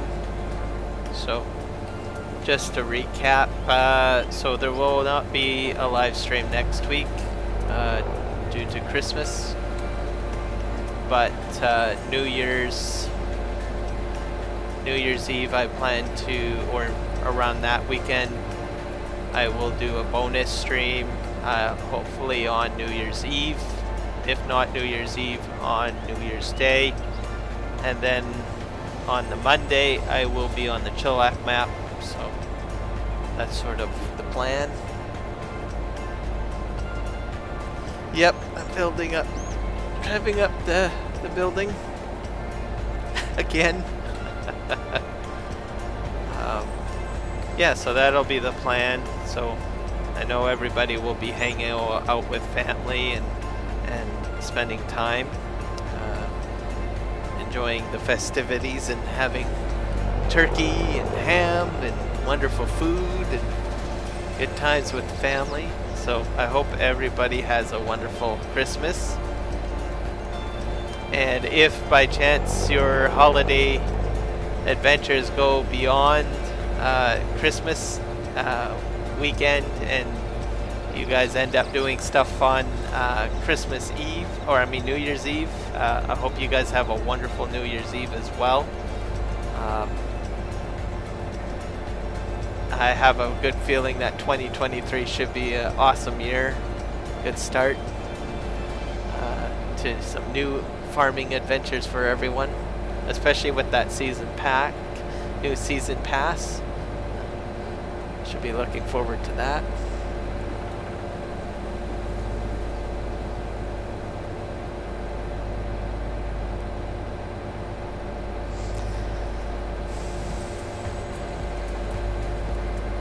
I also got, like I said, for around February I plan to organize a charity stream, so I'll have more details as I kind of hash that out. I think I've got a week off scheduled for the second or third week of February. So since I'll have that time off, I'll be able to do a 24-hour stream And I've brainstormed or shared some of my brainstorming ideas for that earlier in this stream. And it's kind of a rough sketch of ideas, so I'll have more information as we get closer to February. Got an entire month ahead before we can look at that. But it's going to be exciting. Looking forward to it. It's going to be fun.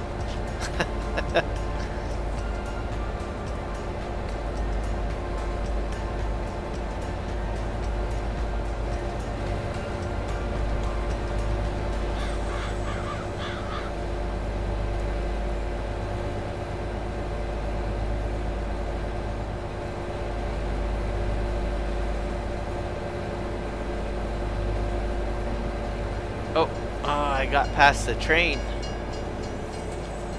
just in the nick of time.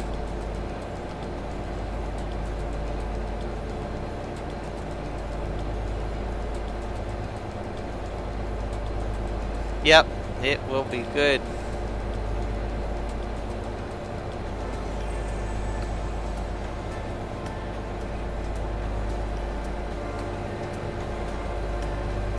It'll be good. Year of 2023.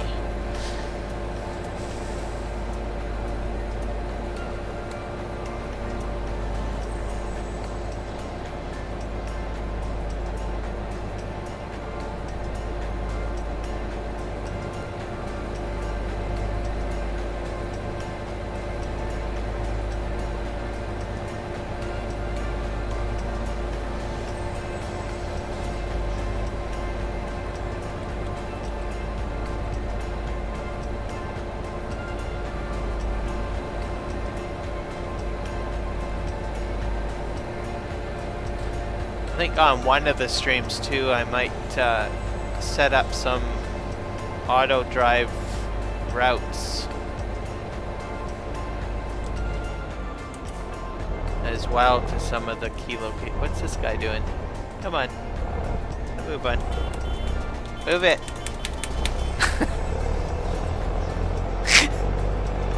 I don't know what he was doing.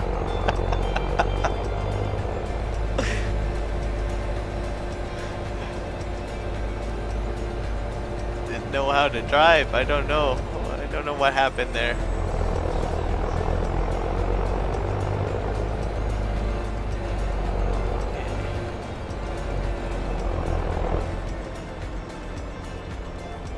I might have gotten a little bit of dust on the tractor, so maybe I'll just give it a good spraying just in case. Make sure it's nice and clean. Trailer spraying.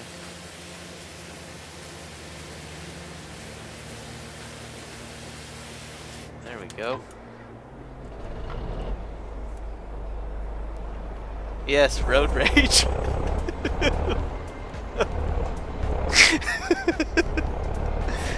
That happens with me sometimes. Especially if people don't know how to drive.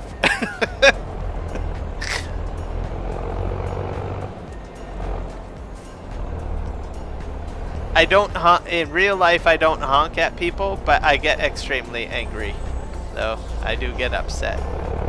I'll be like, "What the heck is that?" I'll like make comments like that. "What the heck are you doing, you idiot?" I'll say stuff like that while I'm just behind the wheel.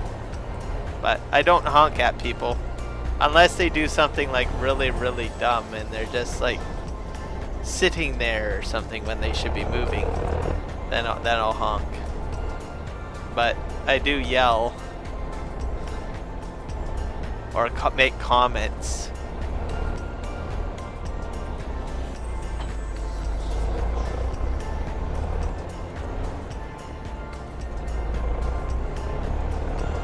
Okay, let's see if I can park this. I don't think I have enough space in between here, do I?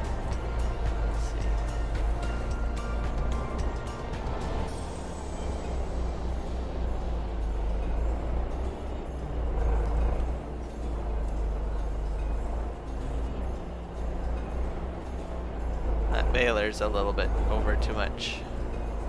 Oh, dang it.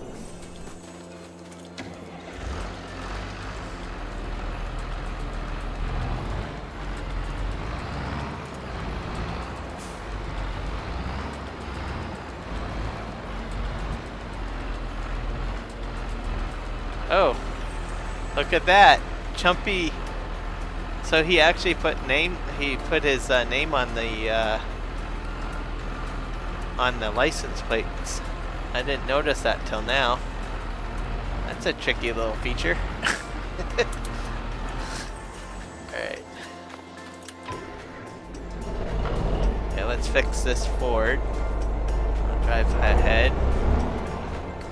And I'll back in.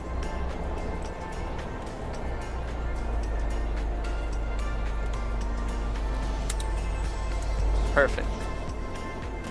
There, I think that's everything away.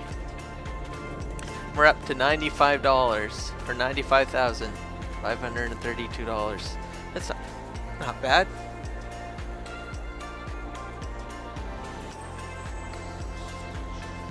For the Massey you did. Oh, that's a good idea. Well, we'll do that maybe next episode. I'll leave that case there for now. So we'll see. But yeah, that one will go. I think I might sell this round baler too. So I'll probably take the case and the round baler down and sell those, and this large round baler trailer too. So I have some options available.